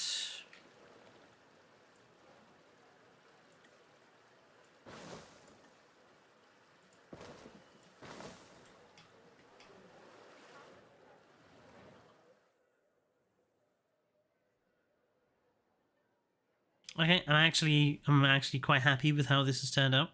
This like sort of garden border sort of thing with A few statues in here.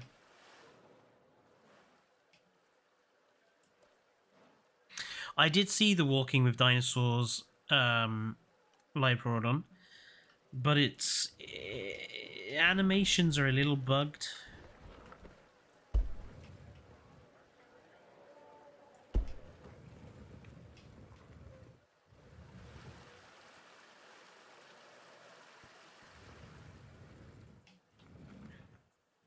So that's why I haven't got it.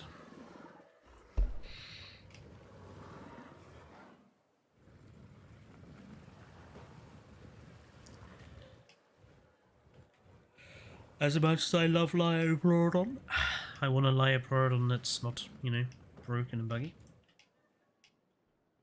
I think we need...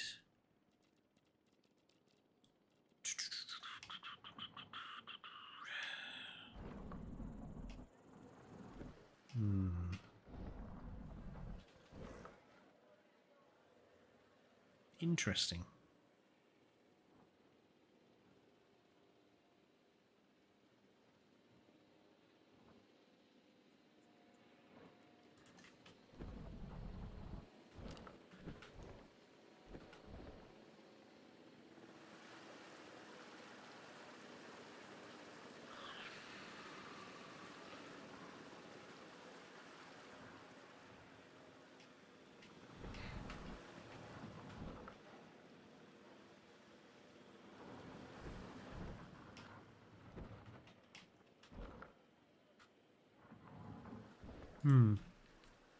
I need to sort of have a look at some of these decorations off stream and think about like which ones have a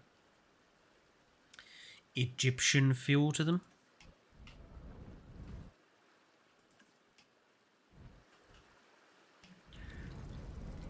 Because I'm still not sure what to put down the center.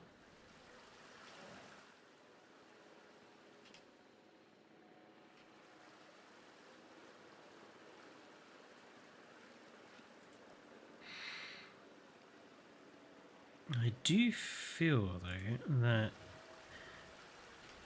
these areas in the front here are just screaming out for seating.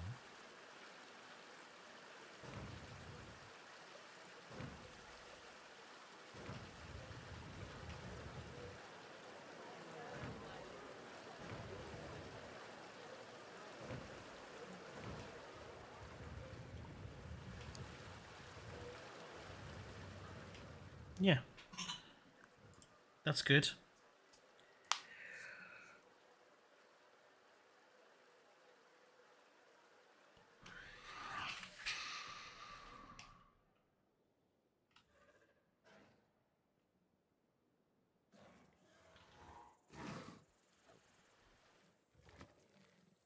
Yeah, no.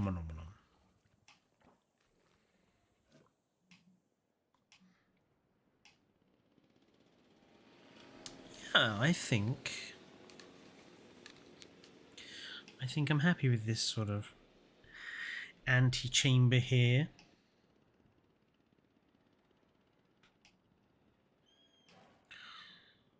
No, this obviously going into Horace's area. I need to figure out where to put the path art for him. Probably here. It's probably the only space for it. Because this area, I feel like, is perfect for an enclosure. And I feel like there's an area here perfect for an enclosure. And then the rest is probably just going to be decorative path. So I feel like this area is probably going to be path art.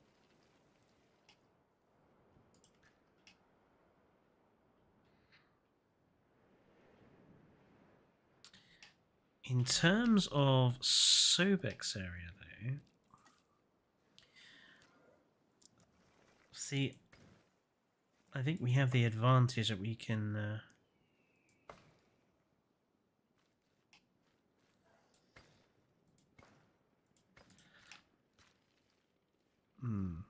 maybe a bit straighter than that. Am I religious? No. No. Not in any way. In fact, if anything, I would say I'm very anti-religion. I think it's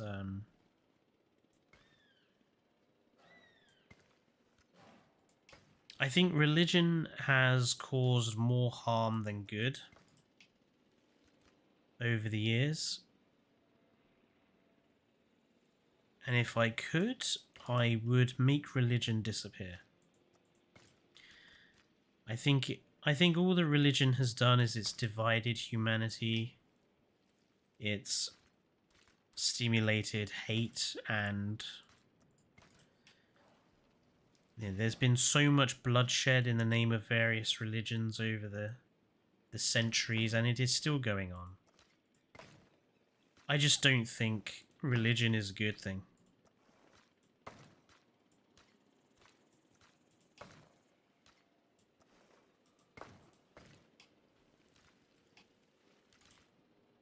Just my thoughts on it.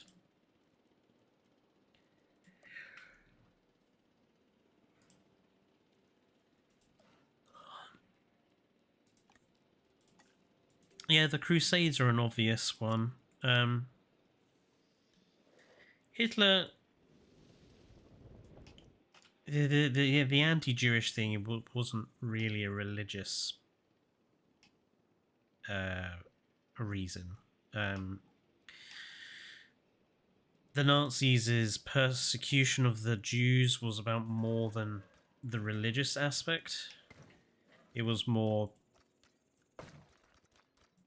a fake historical aspect.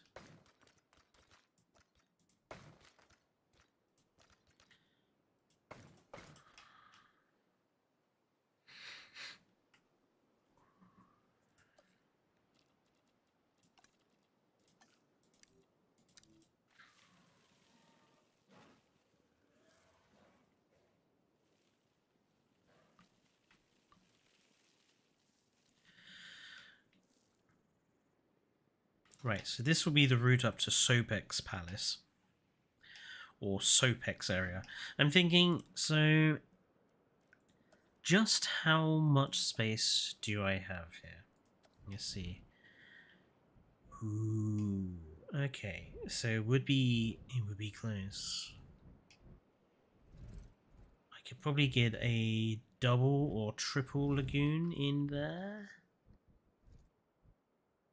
Just about.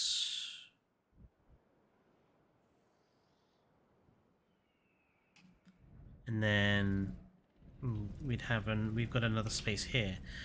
Where would we put his path art? Probably here, actually. I think this area here for path art makes sense. I'll slope the terrain up to kind of provide a plinth to do the path art on. It's a bit of an awkward shape. The hieroglyphic for Sobek works very well. It's a rectangle, but kind of want would probably be better on that side, raised upwards here, and then I can draw him in here, because basically Sobek's where is it's painted in. It's like Sobek's like hieroglyphic is like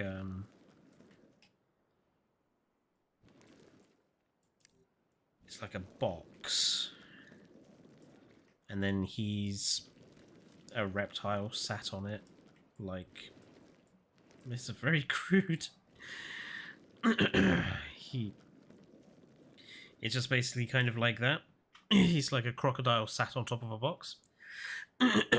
So that would work. It kind of needs something that's long.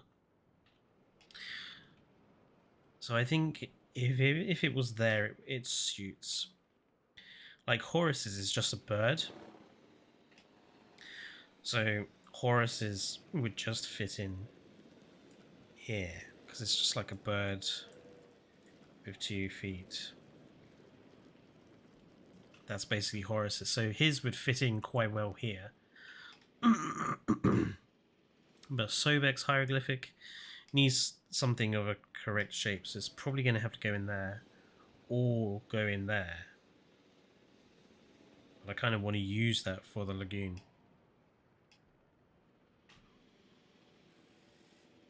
You're fighting Napoleon in the Guineas. Interesting. Oh, you're playing Age of Empires. For me, my sort of game like that is Empire Total War. I like Empire Total War. And I always destroy France first.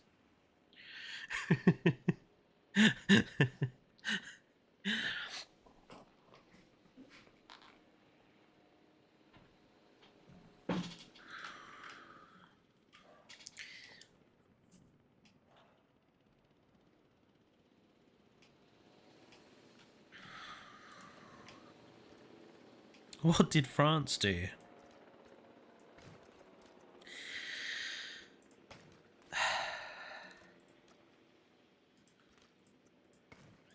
It's just one of those things. If you're British, you don't like the French. It's just kind of like, it's what you do.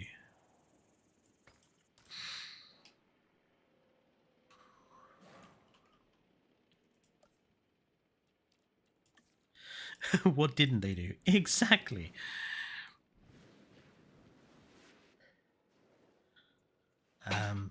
From strictly a historical perspective, I really don't like the fact that the French have had a bee in their bonnet about Dunkirk ever since it happened.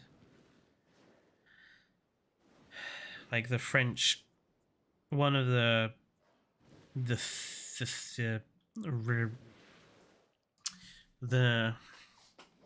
I forgot what it's called now. Like revisionist historical perspectives is that the British Army somehow did the French a disservice at the beginning of World War II, and that the British Army left hundreds of thousands of Frenchmen to their fates on the beaches of Dunkirk, which is not true. It's completely not true.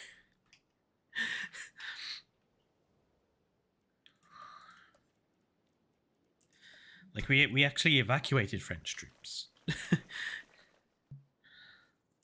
Like, we took better care of the French troops than the French military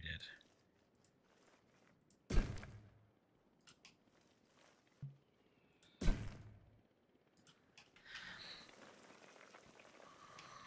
Okay, so we're not going to be able to put in, unless we did, like, straight sections.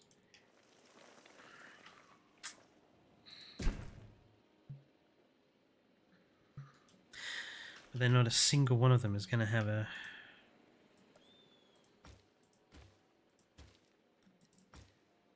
Okay, what if we then put them down and put it down the middle then instead?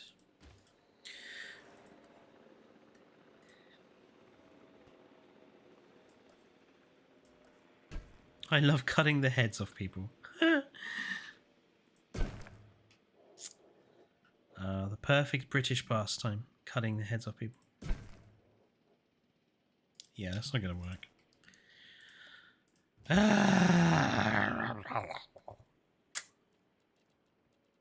That's the noises I make when I'm frustrated at Jurassic World Evolution 2.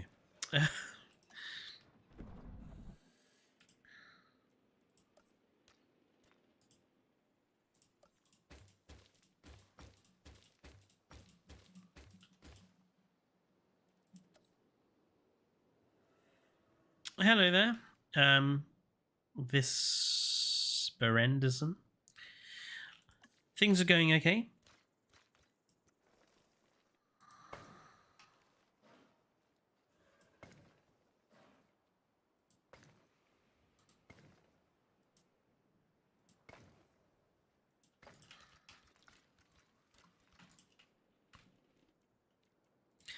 Okay, please tell me now that I can put like... Yes, okay.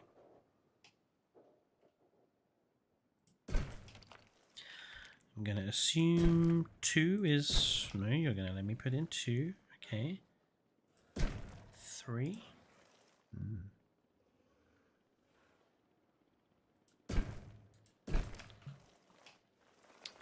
happy with 3. Okay.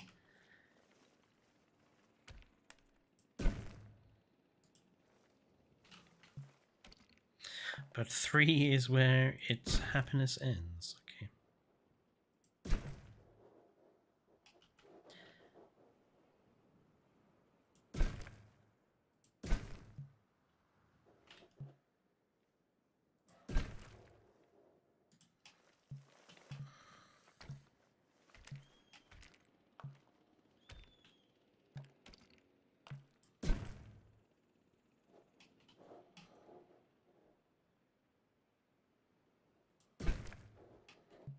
Evo is so good at doing this. I'm really not.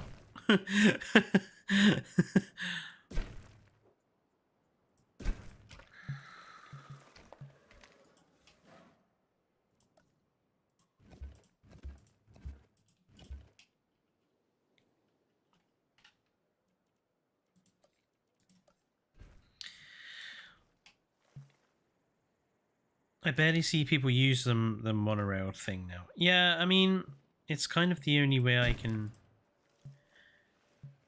get the sort of style I want.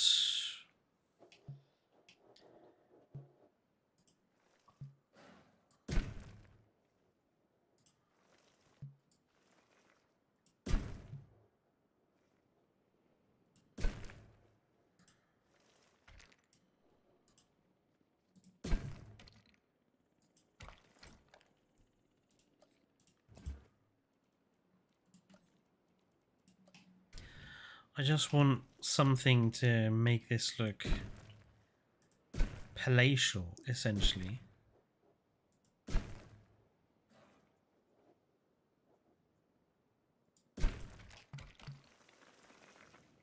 That doesn't look palatial. That looks weird.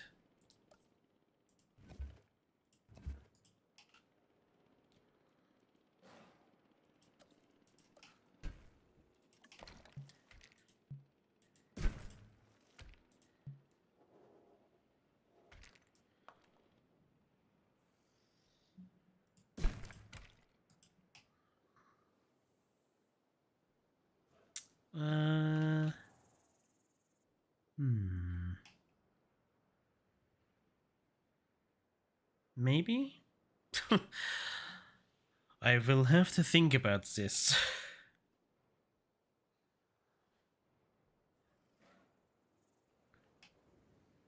Maybe I might just keep it to those 3 and then just have something different lining the edges. Maybe I'll just resort to using the concrete fence, actually. This might be one of the examples where... This might be one of the examples where concrete fence does actually help.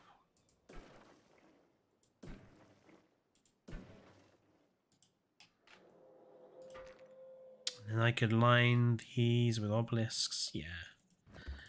I think we'll resort to using the concrete fencing after these archways.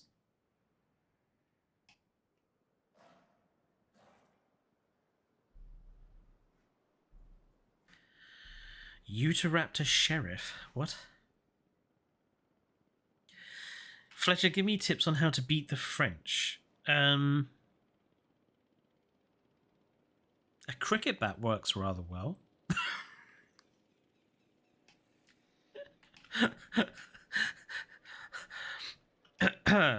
Sorry, that's just my dark humor coming out.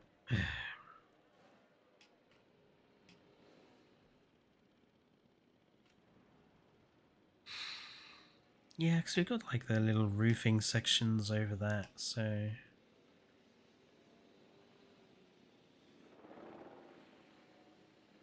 The 3 here kind of works.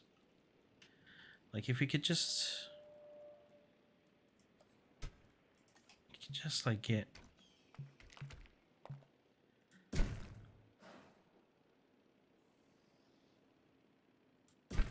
2 straight pieces. Stop removing the bars. My God.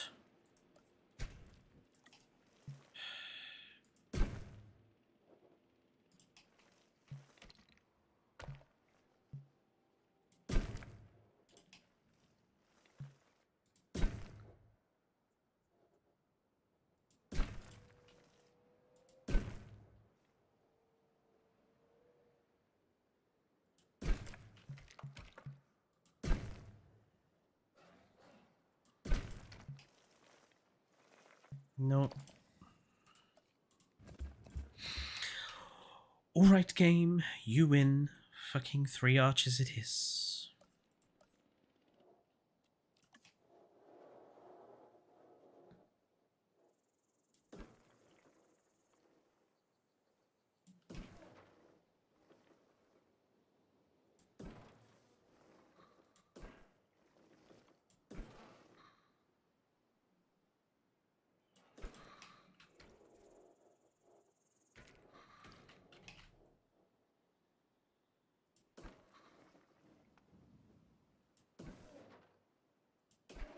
So much of this game feels like in negotiation sometimes just to get it to do what you want it to.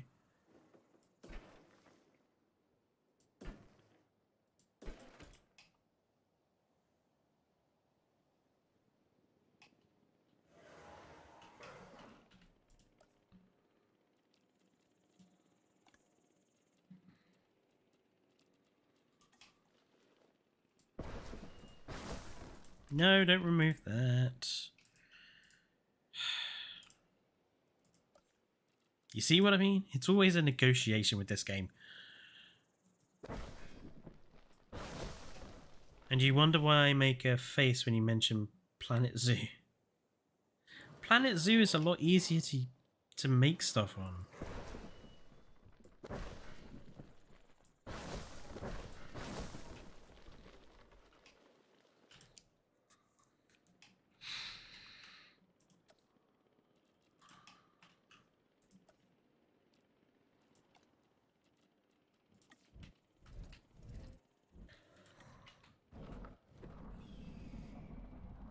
Not for the inexperienced. Well, you know what the answer is to that then, don't you? It's called Get Good. Damn it.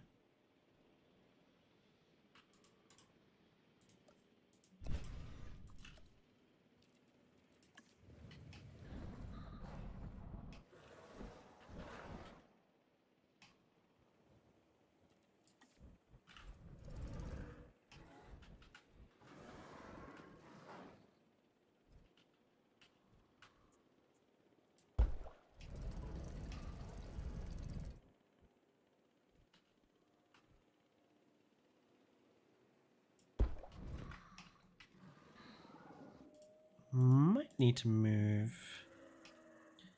some of these bushes so they're not so much of a fire risk.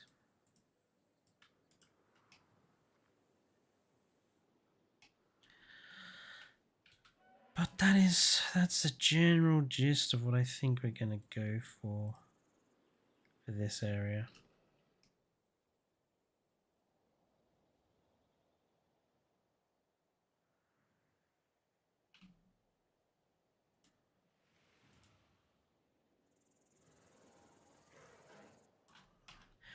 Lots of flaming obelisks and things lining this as we go down towards Horus's palace. That I think is the aim. Well, we didn't get quite as much done in 2 hours as I thought we would, but I don't mind. So we have been going for 4 hours now, so I am going to end it here. I hope you guys have had fun chilling out with me for the next 4 hours. For the last 4 hours, I should rather say. Tomorrow, like I say, the games that we will be playing, not 100% sure of yet. Like I say, might be Star Trek Align, might be War Thunder, might be something else. We will see. But like I say, I will make a community post so that you folks know what we'll be doing before the stream starts. And it will be starting at 6 o'clock my time again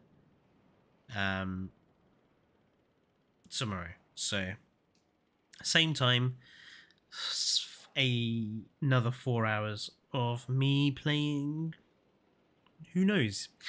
But yeah, thank you everyone for tuning in. I hope you had fun. Thank you for joining me on the first day of this stream week. And wherever you are, enjoy the rest of your night. Stay safe. and goodbye.